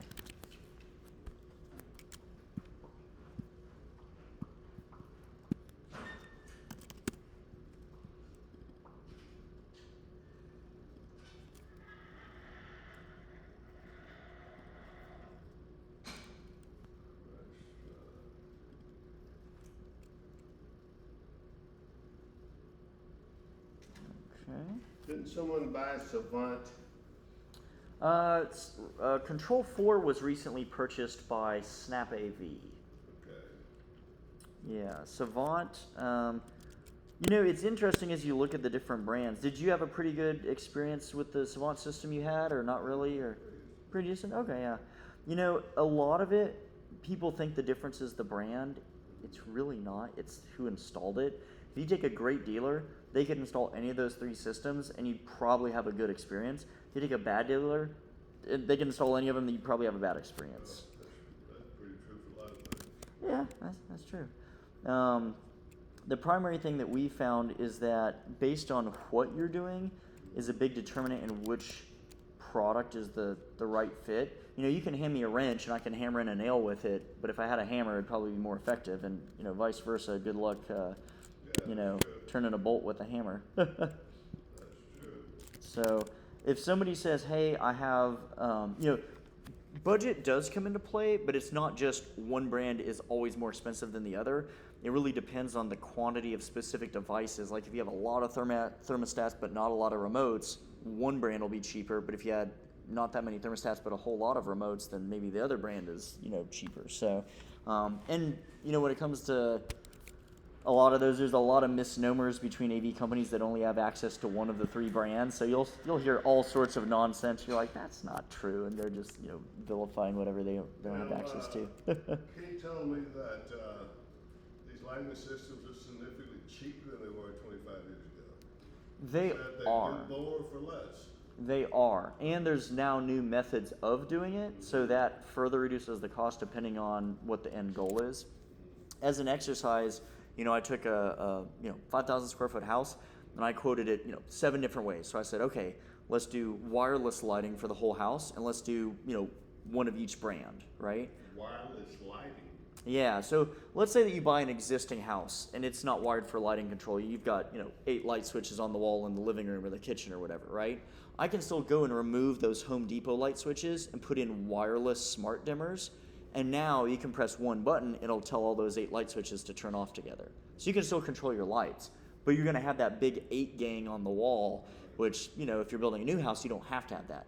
Hardwired lighting, as we call it, is where you just have this one simple keypad and you get rid of the 8 light switches on the wall. And that way, any room that has that system, you can walk in and say, oh, I have this one simple, elegant keypad, and I can press, entertaining or dining scene or whatever. I had, let's say, a keypad of this size. I might have 9 different buttons on that one little keypad. Yeah, if you want. Now, this is just personal preference, but I always encourage people to start with the smallest number of buttons they think they can live with, not as many as possible, and to think about lighting in a slightly different way. So a lot of people are used to, the idea of I need one button for each set of lights I want to turn on. And instead, if you think about it more in terms of scenes and areas and pathways, you find that you don't need as many buttons to push. And so as an example, if I said, as a quick example, if I said, oh, the lights are too bright in this room, I want to set an evening scene. Well, I want that scene to take place in the dining room, in the family room, and in, let's call this the bar. That's kind of how mine was done. Like I had a button for theater scene. Yeah, so I just have one button for evening, and all of these lights in this whole area change. Right. And so the dining room is affected and everything else. Same with all on and all off. Right, right. But I may have this keypad where when I hit this off, this is just this one area. And so it leaves that dining room alone because this is just the on and off for this one room. And obviously you can change what the buttons do through programming.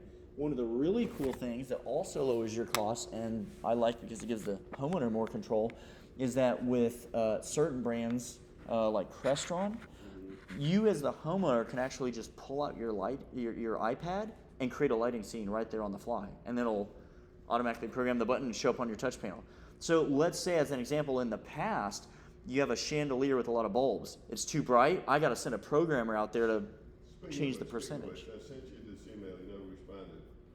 Who has the most flexible compatibility, Android or iPhone?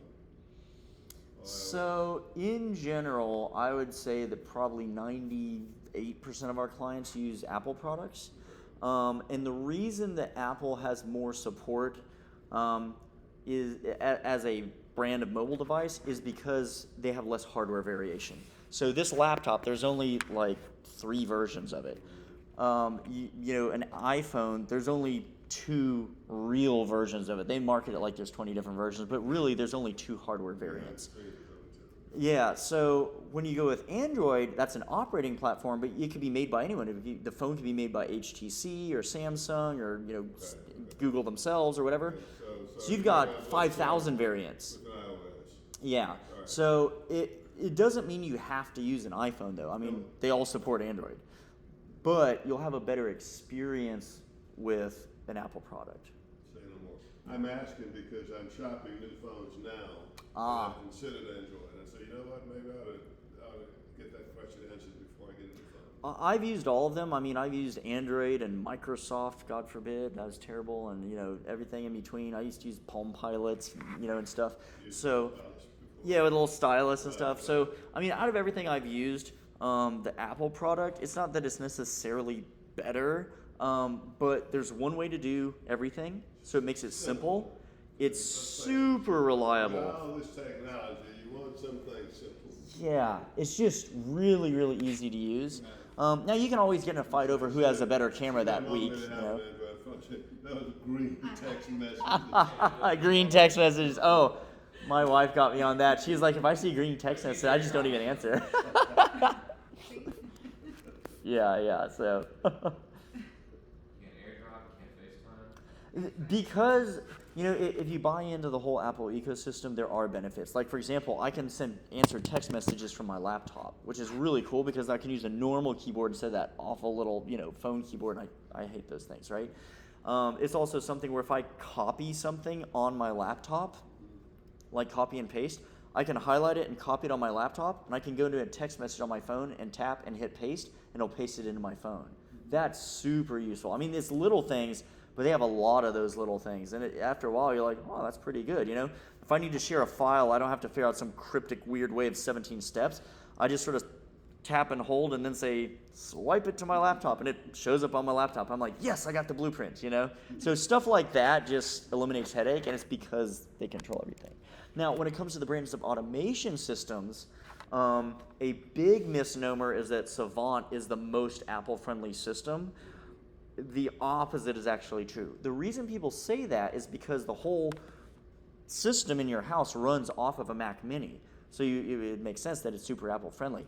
The reality is they don't get Apple's permission to do that. They go to Best Buy, they buy a Mac Mini, they erase the Apple operating system, and they put their own software on it. So every time Apple has an iOS update, which is frequent, sometimes your music stops playing, and there is nothing I can do about that as a dealer to fix it. We have to wait for Savant to figure out what Apple changed, write a bug fix, deploy that bug fix to us, and then we can fix it. Interesting. That creates some issues sometimes, and we like to be very Now, honest about those. Ironically, I never had that issue with,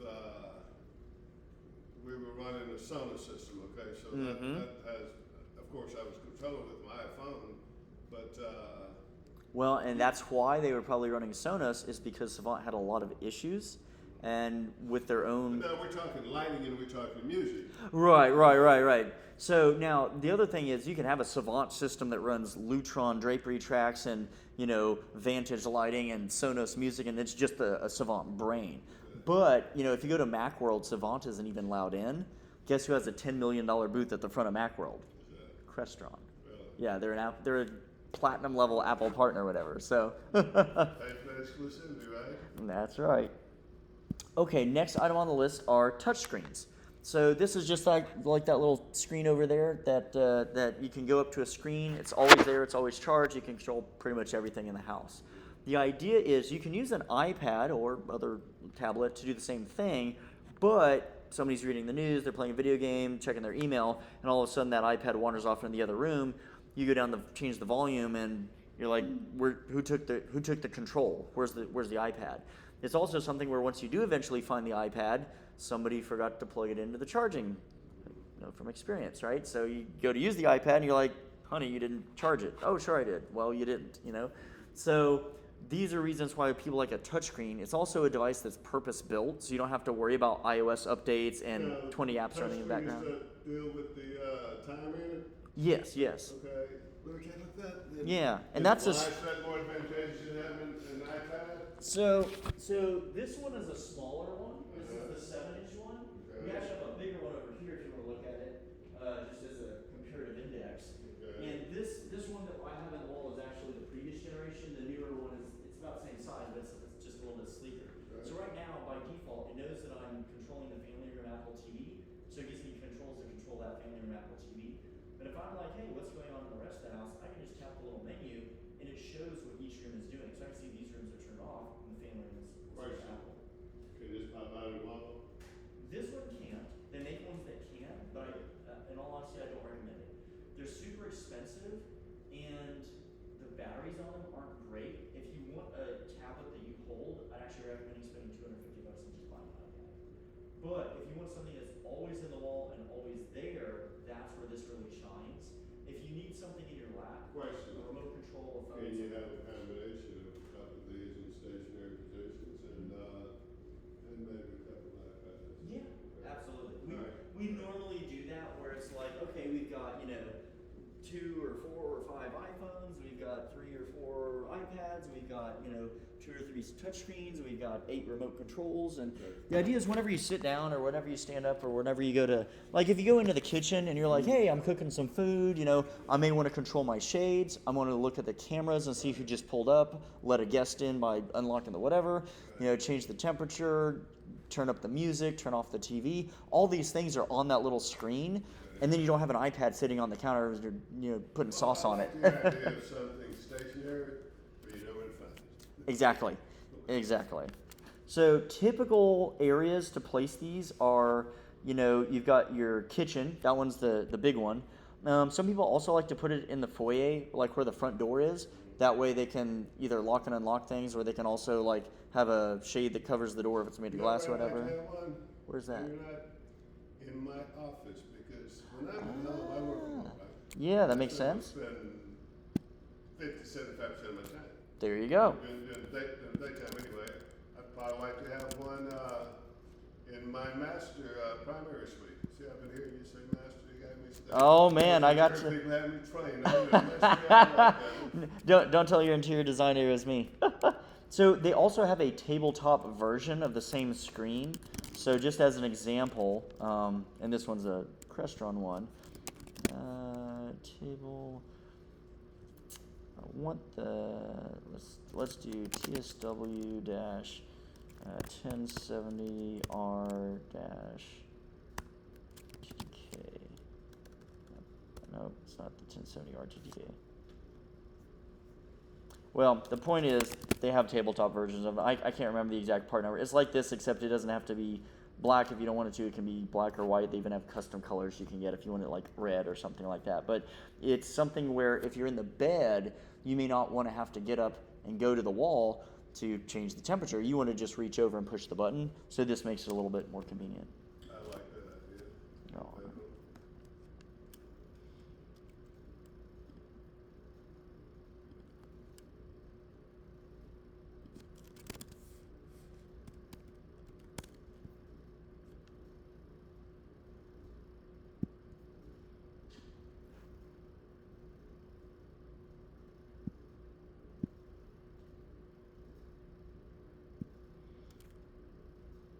So the one in the foyer, do you want me to remove the wiring for that one?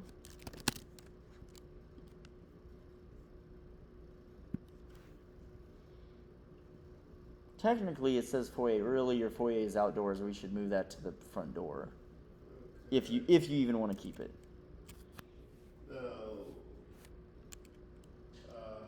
that is a wall touch panel. I don't think I'd want one there. You mentioned Okay. it, but I don't think I'd want one there. I think I'd want one Sorry about in that. the kitchen. I think I like the idea of a portable one in the master where I can just control it from where I am, and one in my office. Okay. What about the mudroom where you enter and exit from the garage as you're coming and going? Okay.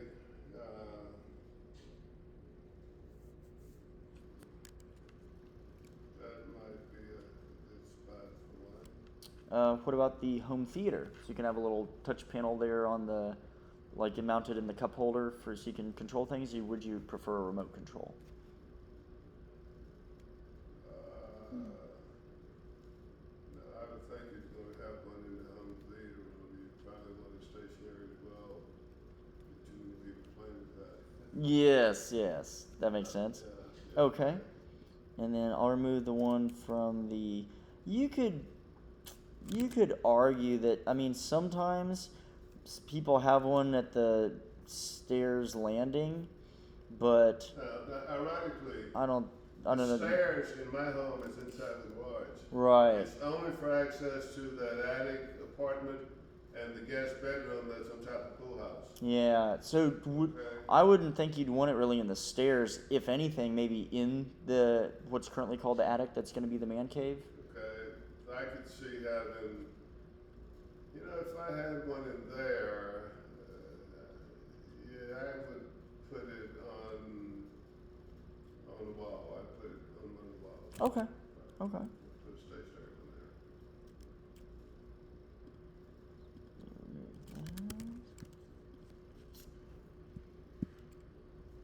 Question for you, young man. Yes, sir.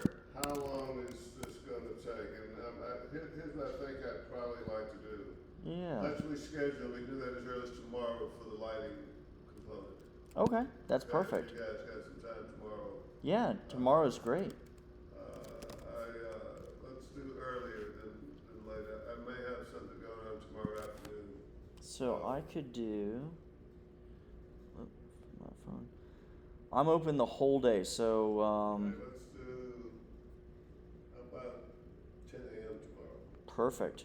Okay.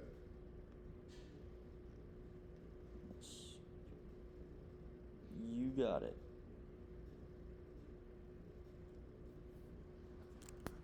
All right. So I'll skip the lighting control because that's a complex subject. We are almost to the end. We've got 4 or 5 other things to touch base on. Do you want to keep going or do you want to pause for now? No, let's kind of Okay. finish all this part. Okay. Okay, we need to be out of here not more than 30 minutes from now. Oh, yeah, that's very doable. Okay. All right, so earlier we had sort of touched on the topic of window treatments. So the way that this works is we'll pre-wire it for whatever type of window covering you might want, a drapery track, a shade, roller shade, dual roller shade, whatever.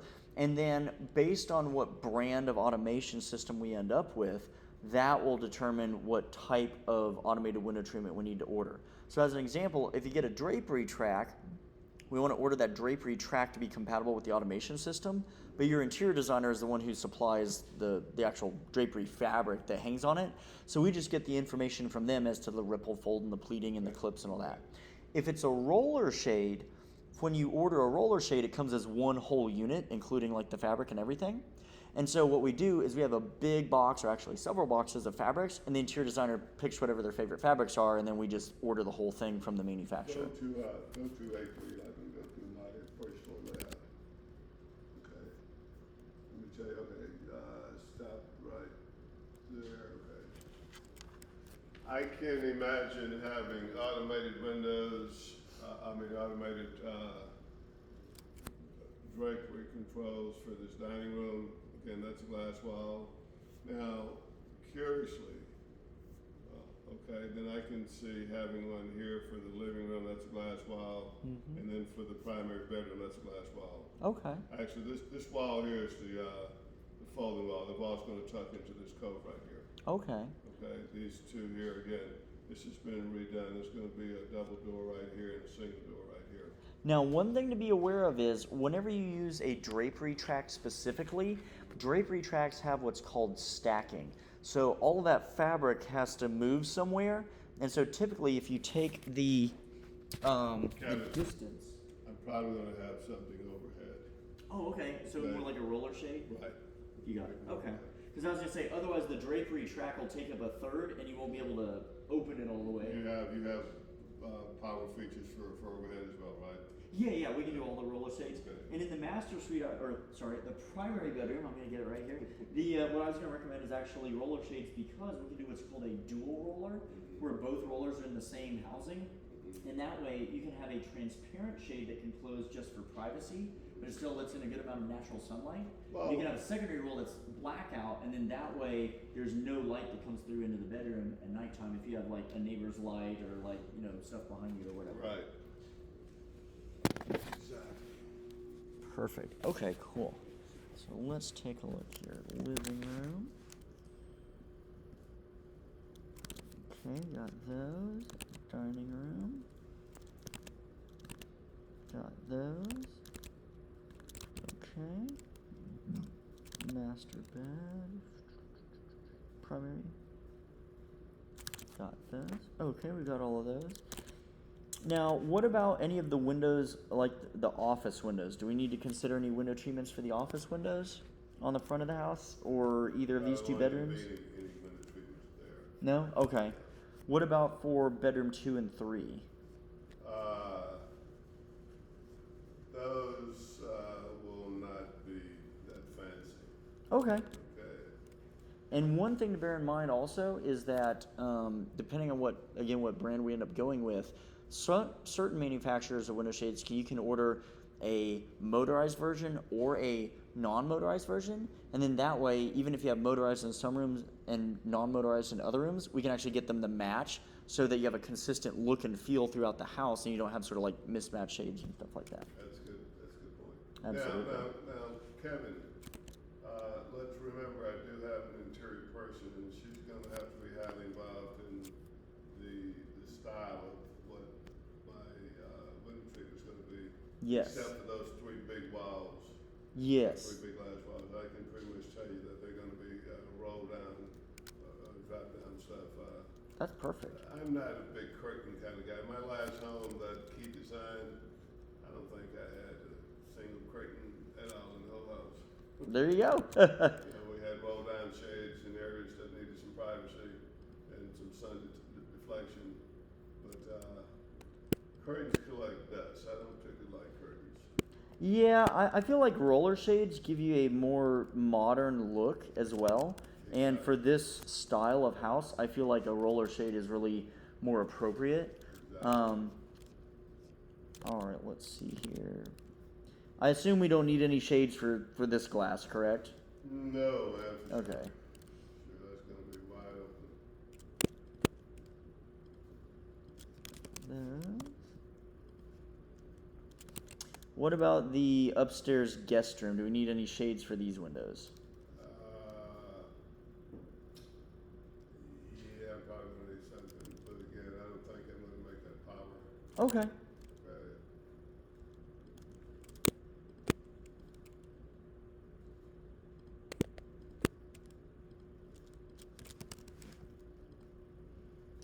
Alright, so we've got the dining room, which is this section. We've got the living room, which is this section. We've got the master, or the primary bedroom, dual roller shades in here for blackout and for privacy. Okay, perfect. Excellent. Alright, getting close to the end. I don't see any elevators or anything like that, so I don't think we need to add anything there. Do you do anything that requires an actual landline telephone or a fax line? I like to keep a fax line in my office. Okay. Does your computer have a physical plug on the side of it to plug into the internet as well?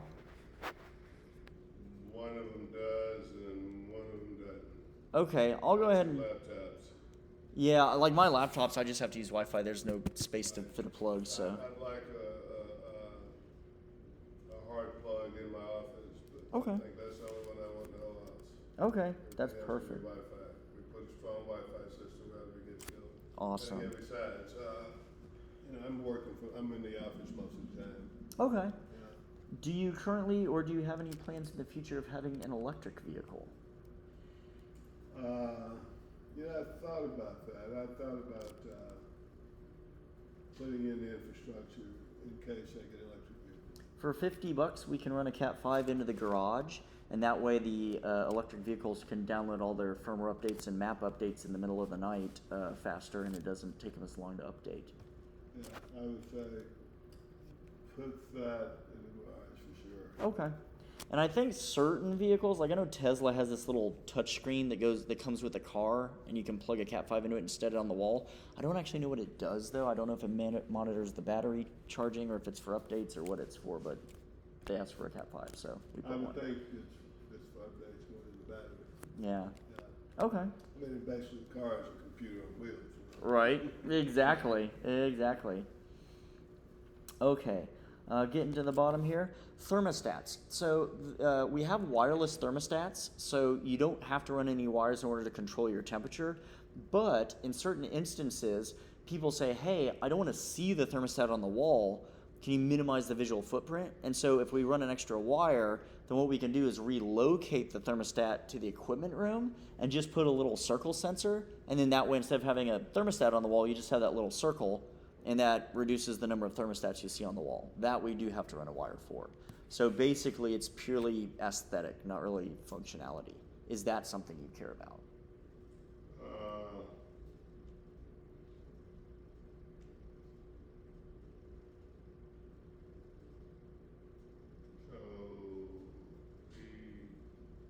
Here, let me show you real quick. So next to this touchscreen here, we have two options. If we don't run any wires, you always have the thermostat on the wall. This one's a really hideous one, so it's a great example. But you can replace it, and actually need to paint this one, with this little circle sensor. So you would get rid of the thermostat and only have that circle. Where would the thermostat be, like in the panel room? Exactly. So this thing basically gets relocated to the AV closet. Okay, for my software, let's say for my phone, I can connect to this and control temperature for that area. Or you can go to your touchscreen and just hit the little climate button and plus or minus there. Yeah, I like this concept. That's clean. Yeah. Also, what's cool is you can paint it, you can do wallpaper, Venetian plaster, faux finishes, and if you wanted to, you can even hang a piece of artwork over it. As long as it has that little air gap and it can sense the air temperature, you can even put artwork over it. Okay. And the reason why I say that, I think you get an artificial temperature if you got something cut. We did have one client who did it, and they had a really, really bright light shining on the art piece, and it heated up the art piece, and so it made it about 4 degrees colder in the room than they always set it to. But we just recalibrated the thermostat to give it plus 4 degrees, and then it was accurate after that. Okay.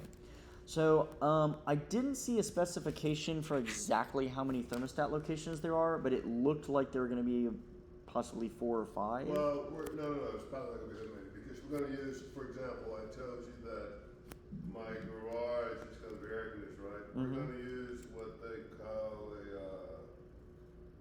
ventless unit there. Oh, okay. We're going to use a ventless unit in that attic. We're going to use a ventless unit in the pool house, go downstairs and upstairs. So basically, all we have to factor is the main house. Okay. The main house, there'll probably be no more than two two different Zones. zones, right? Okay, so they'll maybe be like the master suite and then everything else. Well, probably the master suite into my office,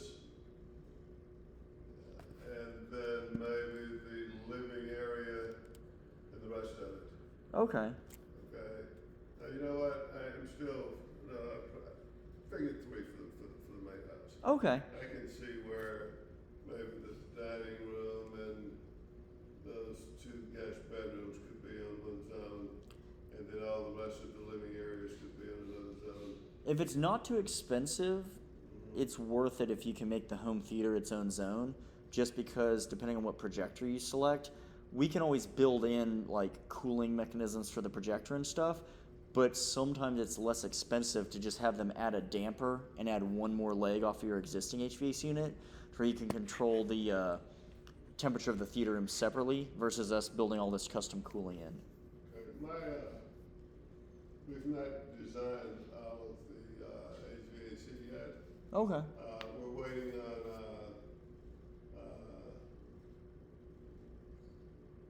I'm using commercial grade vents. Oh, so you have like the slotted diffusers? Right. Okay, yeah. He told me that has to be coordinated with the HVAC guy and the framer as to where those ought to be routed. So that's still a little bit unclear. Okay, yeah, no, that makes sense. But I'm thinking three, you can safely say there's going to be three different zones inside the main house. Okay, perfect. We're not sure where they're going to be yet, but I know one's going to cover the primary in my office. One's going to cover the living areas, and one's going to cover the theater room. Okay, Right. perfect. All right, we'll get you taken care of for that. Pool control is kind of a no-brainer. It's $45. That allows us to control whatever your pool brain can control. So whenever you talk to the pool person, we just want to make sure that they use a brain that's a specific model number of brain that's going to be compatible so we can control it. So each company, whether it's Pentair, Goldline Pool Controls, Jandy, Aqualink, RS2, whatever it is, they all have a version. I'm using Platinum Pools. I think they like Pentair. Okay. Let me ask you a question. Go back to my layout. Yeah. Scroll down a little bit. There's the pool area. Scroll down to the back of the pool. Okay. See that water wall? Yeah. Have you ever got involved in doing light features on the pool's water wall? So we haven't installed them, but we've controlled them. We've controlled fire pits, water jets. Then let's just do this. Let them continue with this. Okay. And you now talk about controls for all of that stuff, okay? Yeah, usually the way it works is if there's a water feature, there's a Jandy pump that controls the water flow to that, whether it's spraying out or whether it's going over the waterfall. And then the lights that they build in, those are also controlled by the same pool controller. And so we just have an RS-232 interface from the main system to that pool brain, and then that's how we give you the temp feedback on the temperature and the water pumps and all that. RS-232, I thought that was an air conditioning. You're thinking of the SEER rating of the HVAC unit. Okay, sorry. Or either that or R134A, which is a refrigerant, Right. which we used to use in the cars. Right. All right. Doorbell. Would you like to have a doorbell, sir? Well, interestingly, I'm going to have, sure I would have doorbells. I like doorbells that, So we have everything from this, which is sort of your, basic Ring doorbell. It's very inexpensive, and you stick it on the wall, and they press the button, and it shows up on your phone. Or the opposite end of the spectrum would be Doorbird, which is made in Germany, and this is a very high-end door station. And it can be as fancy or as non-fancy as you want. Let me just show you an example of a simple one. But we can do, a key. So this is an example of a surface mount. This is that same one in a flush mount version, and it's just it's just like the one we have outside where you can press the button, and it pops up on your phone. You can talk to the person and say, hey, leave the package, whatever you need to do. But if you needed to, let's just say as an example that this gate right here had like a mag lock or a roller latch or something that can be actuated. Well, then you could have your doorbird here, and you could order a different version like the one we have out front, which is this one that has a little keypad on it, and you could punch in a code to unlock the gate. That way you don't have to have a key. So depending on what the need is, we can do anything from something that's super inexpensive and very basic I don't to... think I want the ring, what do you call that first one?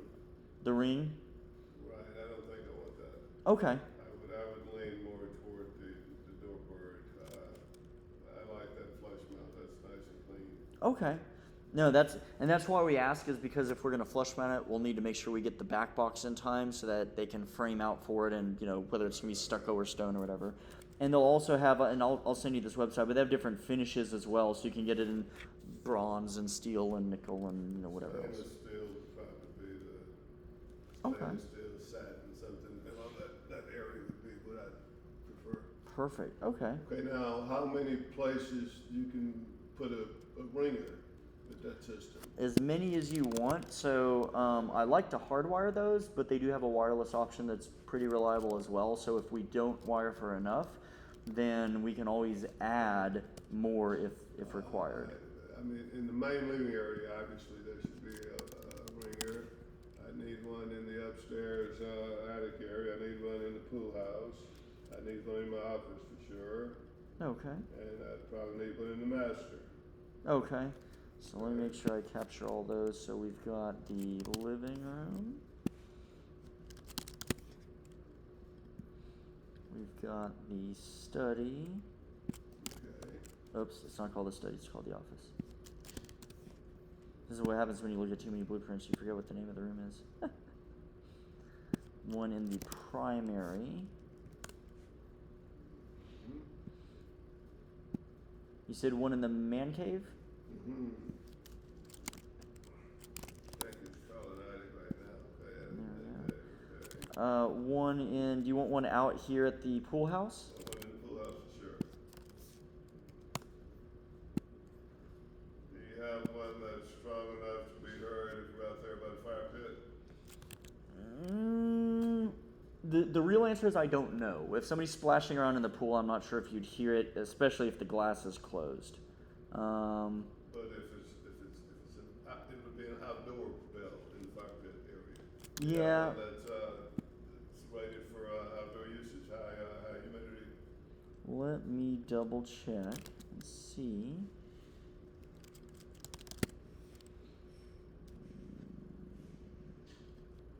It's actually not the one I was thinking of.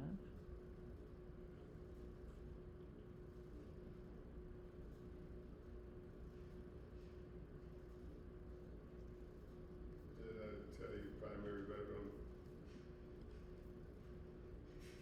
Let me research it and just confirm that it is in fact weatherproof. Okay. And if it's not, I can use a different one if I need to. Usually it says it's IP something weather rated. Operating conditions. Relative humidity 10 to 85%, non-condensing. Let me research it a little bit more, because usually it says like IPv6 weather rating, and that tells you specifically what level of weatherproof that it is. But I will make a note. Wait, I just added another one to the same room. Let's go to the correct room first. Fire pit.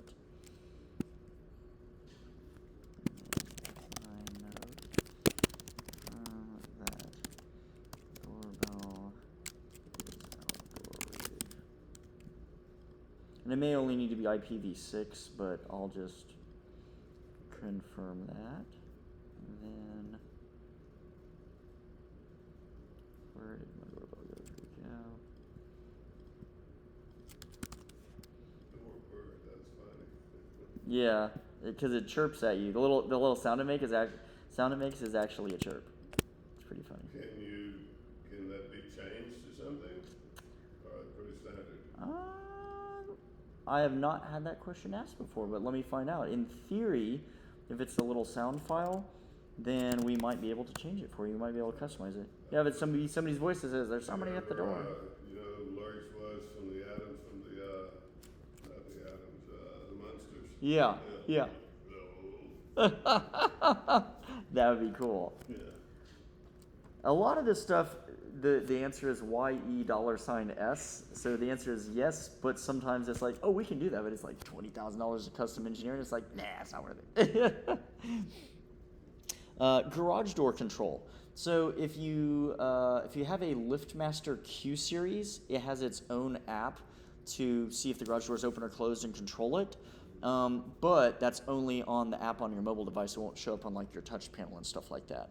So if it's not a LiftMaster Q series, it depends on if it's a Genie or what brand it is. Some of those have an app, some of them don't. So this is the wire to control the garage door, open and close it. Whichever type of garage door opener, which type of garage door I get, I'm going to have an opener that is app friendly. So that's Okay. going to be part of what drives me to pick this brand versus that brand. Okay, that makes sense. In that case, do you care about being able to control the garage door and get feedback either A, on the touch screen in the kitchen, or B, from having one app that controls everything in the house versus having one app that controls most of the audio video and then having a separate app like for the garage door? Does that make any difference? Well, it makes sense to have one app that controls everything. Okay. And of course, everything, if you tell me it's going to cost me 5 times more to have that app, I may have to. But Yeah. in theory, if one app can control everything, then that's what I want. Okay, perfect. No, that makes sense. It will depend on what the, let me check the number. Yeah, 2 doors, 1, 2, okay. I was just making sure I had both garage doors on there. Single and double. Yeah. So it'll depend on which motor. Some of the motors, all we have to do is undo 2 screws, attach the wire, and tighten down those screws, and we have control. It's just a simple relay. Other garage door openers are very complex. Let me ask you this way. Based upon your technology, do you have any specific garage controllers that you know is compatible? LiftMaster. LiftMaster? Yeah. LiftMaster's a pretty popular brand. Yeah. LiftMaster is very popular. Just like for generators, we usually see Generac. For pool control systems, I'd say 80, maybe 70% of the time it's Jandy, Jandy AquaLink RS2, and then the rest of the time it's Goldline or Pentair or whatever else. I think these guys use Pentair. That's fine. There's nothing wrong with that. Cool. And you said there's no vehicle gate that we need to worry about, correct? When you said, well, there's going to be a gate for sure. Is it a pedestrian gate or a car gate? It's a car gate. Okay. So we will Matter want. of fact, let me stop and show you where the gate's going to be. Okay. Okay, see, there's a separation in the architecture right here. Let me go up to the site layout. That'll be easier to look at. Here's the driveway. So the driveway comes around, and then so the driveway I assume is going to be the driveway. The gate is going to be right here, correct? The gate is going to be right. Let me look. I think a little bit far back. No. The gate's going to be about right here. Oh, okay. Okay, there's a cut in the building specific for that gate. I didn't want a gate that swings open. Oh, that's what that's for. Right. That's cool. That's a Yeah. really cool design element. Yeah, I noticed that, and I thought, oh, that's cool. I wonder if that was just for fun or if there was a reason for that. That's the reason, so that gate is tucked in. That's really cool. I don't want a swinging gate. Yeah, I want no. A gate that rolls straight in and out. Perfect. That's what this is for. Yes, sir. That's exactly where it is. Very cool. Okay. So with car gate control, we can control the gate, and you can control it from the app and the touchscreen and everything else, and that's what we run the wires for. In addition to that, if you want, we can use what's called a J pole, and that's that little pole that sticks out of the ground that has another station on it so that you can have a guest pull up and press the button and say, hey, I'm here, let me in. Or if you're out jogging or something, you don't have your phone or your keys on you, you can punch in the code to open the gate. Is there any reason that we would need a J pole, or do you think just the app is going to be enough? No, I can see where I might want to let them have access to code. Okay. Trash person. Yeah, see over there, they don't even let you bring your trash to the street, man. They Nope. send those guys in the yard to get it. Yep. Mm-hmm.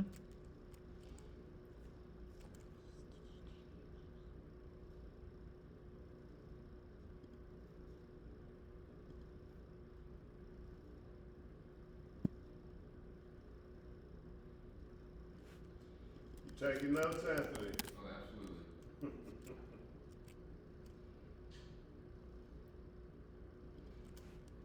Kevin likes playing with this software, doesn't he? All day. Oh yeah. No, I say that because you can maneuver your way through it quite efficiently. It suggests you're delight. Yes, sir. We use the software quite a bit.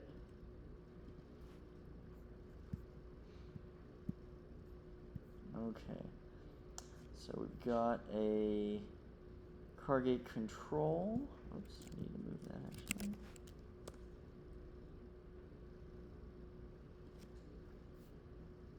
Alright. Gooseneck pull mount, excellent. And if I remember you said correctly, there's not a separate pedestrian gate, correct? No, there's going to be a gate. Okay, I'll tell you. Go back to 8311. Hold on. Take me to the near where my office is. Okay. Right here, there's going to be a fence up to about right here. Okay. That's going to be the side of the house. There's going to be a gate built up to about probably right here, actually. Okay. Do you want us to run wires for the ability to remotely unlock that gate for a trash person or give them a code or whatever? Well, trash would never go out that gate. Trash would go out of the Okay. gate that the cars go out of. But I can see having Pool guy needs to do pool maintenance. pool guy, or if there's enough lighting, and my sister and I decided that we're going to put us a little organic garden on that side of the house. Oh, If cool. we can find some lighting, and she may need access without access to the house when she wants to come and play around. Oh, nice. The long and short is, even though that's going to be a wooden gate, give me some remote access. Okay. Okay. Okay. That makes sense. Whether it be me hitting a button on my phone and letting them in, or just what have you. Okay. And again, the pool guy would probably definitely come into that gate. That makes Okay? sense. 'Cause, I mean, there's no other way for him to come in other than coming to the main house, which ain't going to happen. Yeah, then, you're working on the pool, you track mud through the house. It's easier to get to your truck if you go around the outside of the house. Exactly. That makes sense.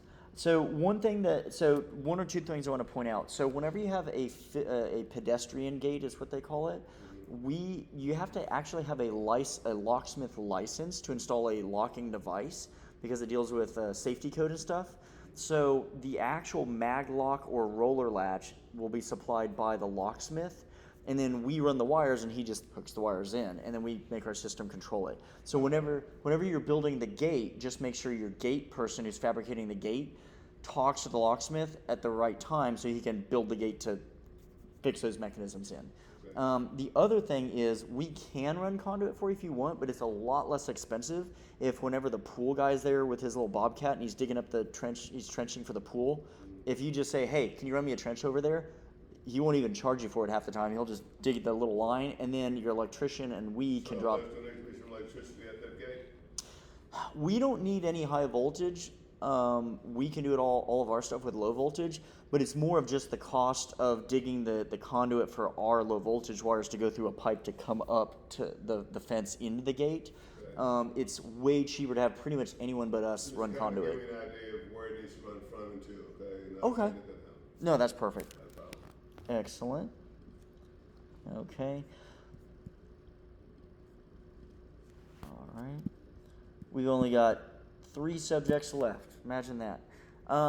DAS is distributed antenna system. So this is basically going to take the cell phone tower signal and rebroadcast it into the house, and take the signal from your phone and rebroadcast it outside the house to the cellular tower. The idea is if I stood on the property right now and I got perfect signal, after you build the house with all of the glass and metal and stone and everything, you may not get any signal inside. Now, if you have good Wi-Fi, you can always use Wi-Fi calling as long as that works for you. If Wi-Fi calling doesn't work for your needs, then we would want to at least pre-wire for the possibility of a cellular booster system. I'd consider that. Okay. I had a little Toyota dealership in Louisiana, and most of my building was metal. We had to put some boosters inside because metal does not transmit Yeah. telephone. All your sales guys are trying to make calls and they get 0 bars. No, that makes sense. Okay, perfect. And then second to last is wireless access points. The idea here is not that we necessarily want to put 20 access points in your house. It's that we may need 20 different locations to move those access points, because until the house is built, we can't really measure the environment to know where we need to place it. So the idea here is you're not going to see a bunch of ugly blank plates. We bury the wire behind the sheetrock so you won't even know it's there. But if we put one in the living room and then we put another one in the kitchen, we say, oh, the one in the kitchen, we really need to move it to bedroom 2. We need a wire there so that we can relocate it for you. And in the long run, that'll mean less access points that you actually need to get full coverage.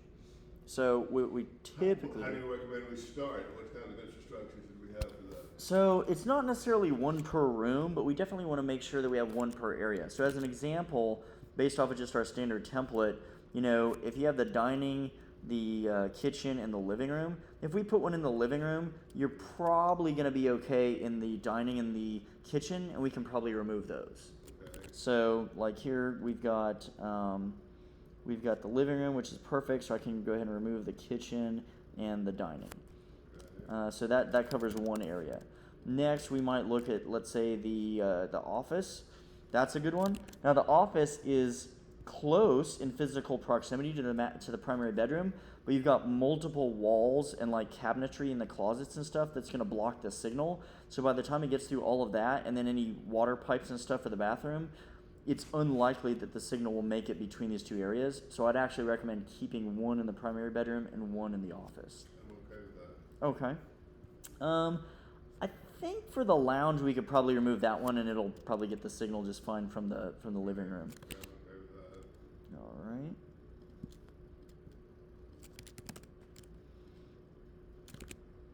right. Now, when it comes to these bedrooms, I think that these are close enough in proximity that we could probably put one in, let's say, bedroom 3, and it'll cover bedroom 3 and bedroom 2 because it's only one wall and there's no water pipes or anything. Okay. So let's remove bedroom 3. Actually, I'm going to remove bedroom 2 instead of 3. That way it's closer to that bathroom. Now, you definitely want one in the home theater because if we do acoustic treatments, that's going to create a Faraday cage, and you're not going to get any signal anyways. Yeah, so we want one in the attic, one at the pool house. So we'll go ahead and add the attic in the pool house.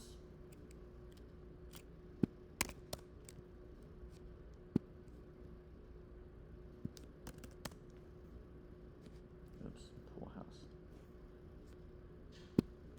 Now, the one in the pool house, if you have the glass doors open, you'll probably get enough Wi-Fi in the pool area and the fire pit and everything just fine. But if you have this glass door closed, let's say you're not actually using that area. Put one in that outdoor area because Okay.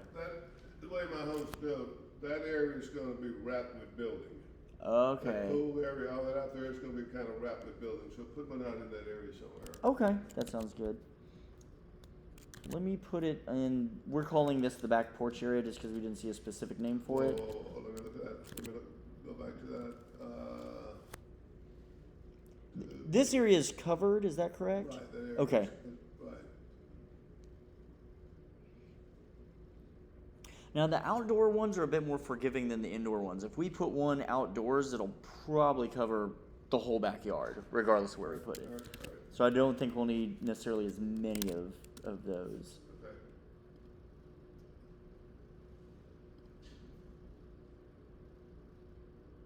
Oh, already had one out there. Cool. All right.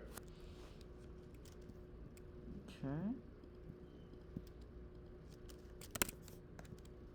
Awesome. All right, that takes us through wireless access points. So now we're at the very last subject, which is your burglar intrusion alarm. Now this is different from surveillance. We've already got the cameras. This is what goes beep when you open the door. So essentially, I can put all this together for you, and that's just fine, but this is another area where potentially we can save money. So we don't do the security in-house. We have a licensed security company that does it for us. Same guy does Herman Memorial Hospital, and he does residences for us. We've been using him for 10, 20 years. So if you have a really extensive security requirement, let's say you have like a panic room, where you have house staff that has key fobs, or stuff like that, then we have to be involved with the process because we have to coordinate a lot of very complex automation. On the other hand, if you just say, oh, well, no, I just need glass detectors, motion brake detectors, and a little keypad, then it makes more sense for me to just connect you directly with the security guy that we use because you're getting the same quality of product installation knowledge and it fully automates, but you're not paying me as a middleman to basically schedule him. I think that makes more sense. Yeah. So his name is Russ King Jr., and the name of the company is Entry Protection Systems. They do the security system, the monitoring, everything you need. I'll shoot you his contact card, and then you just need to let him know what the timing is, and you're solid, and it saves you some percentage of the cost because I don't have to call him and say, hey, we're going out on Tuesday. Awesome. So with that, we are actually done, and we have all the wires put together. So my only question is, before I email over the PDF, we talked about lots of different things. Are there any of the larger groups that have a higher cost to them that you would like me to break it down further so you can see like a different cost breakdown? An example of that would be I've got one option, like one big option for all the speakers, and it's like $3,000 to wire for all these speakers. You could say potentially, hey Kevin, I want to pick 6 of those rooms and itemize that separately. If it's not too much trouble, I'd like you to itemize the best you can. That way, if I need to pull back, I know what I'm pulling. Perfect. Okay. All right? That makes sense. Yeah. So that way, what I can do is I can sort of leave like a primary set of areas, and then I can pick maybe some secondary areas. Just remember that most of this is, from an engineering perspective, is based on quantity because of the amps we'll deal with later. So again, example of that is I have a 6-room amplifier and a 4-room amplifier. So when I pull the stuff out, if the rooms I pulled out aren't the ones you want, then just tell me which ones you want, but the cost will be the same whether it's the kitchen or the dining room.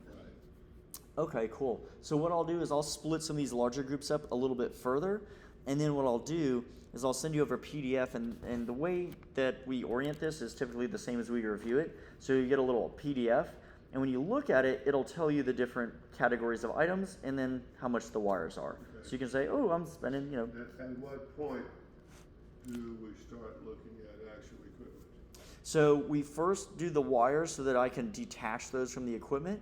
Then we look at lighting control, and the reason we do lighting before we do the speakers and TVs is because I have to order all the lighting equipment like faster than you would imagine because of supply chain disruptions, because some of those parts the electrician will need, and on my side of the equation I have to generate a lot of professional documentation to give to the electrician so that he knows how to wire whatever areas of the house you select, and it's an important pricing exercise.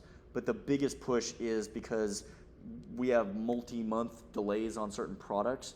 And so if you said, hey, I'm just now pouring the foundation, I'd be like, cool, we should have ordered it a month ago. We can still make things happen, but it's just the timing because of COVID disruptions is ridiculous. Once we cover lighting, then it's okay. Yeah. Do you give me that Spider RS and we're in business. Same challenge you're having. Yes. Well, I'm sure if I order one, it probably won't show up for 2 years. I mean, that's just the nature of things. I think I put in an order for the GT3, and it took, I think, about 2 years. And by the time that allocation was available, or the actual vehicle was ready to, be produced and shipped, they'd already come out with the GT3 RS. I was like, oh, okay, well, then I'll get that one. And then, so I said, well, never mind, somebody else can have that one. I want the new one. And then that one's going to take another 2 years. And then I'm like, oh, man. So just got to decide what you want, give them your money, and then a lot of twiddling thumbs as you wait for it. Or if we wait, that's what I'm telling you. That's right. Do you have any more questions for me about why I'm such a wonderful person, why our company's the best in the world, any of these types of things? I'm still questioning the 98% closing ratio.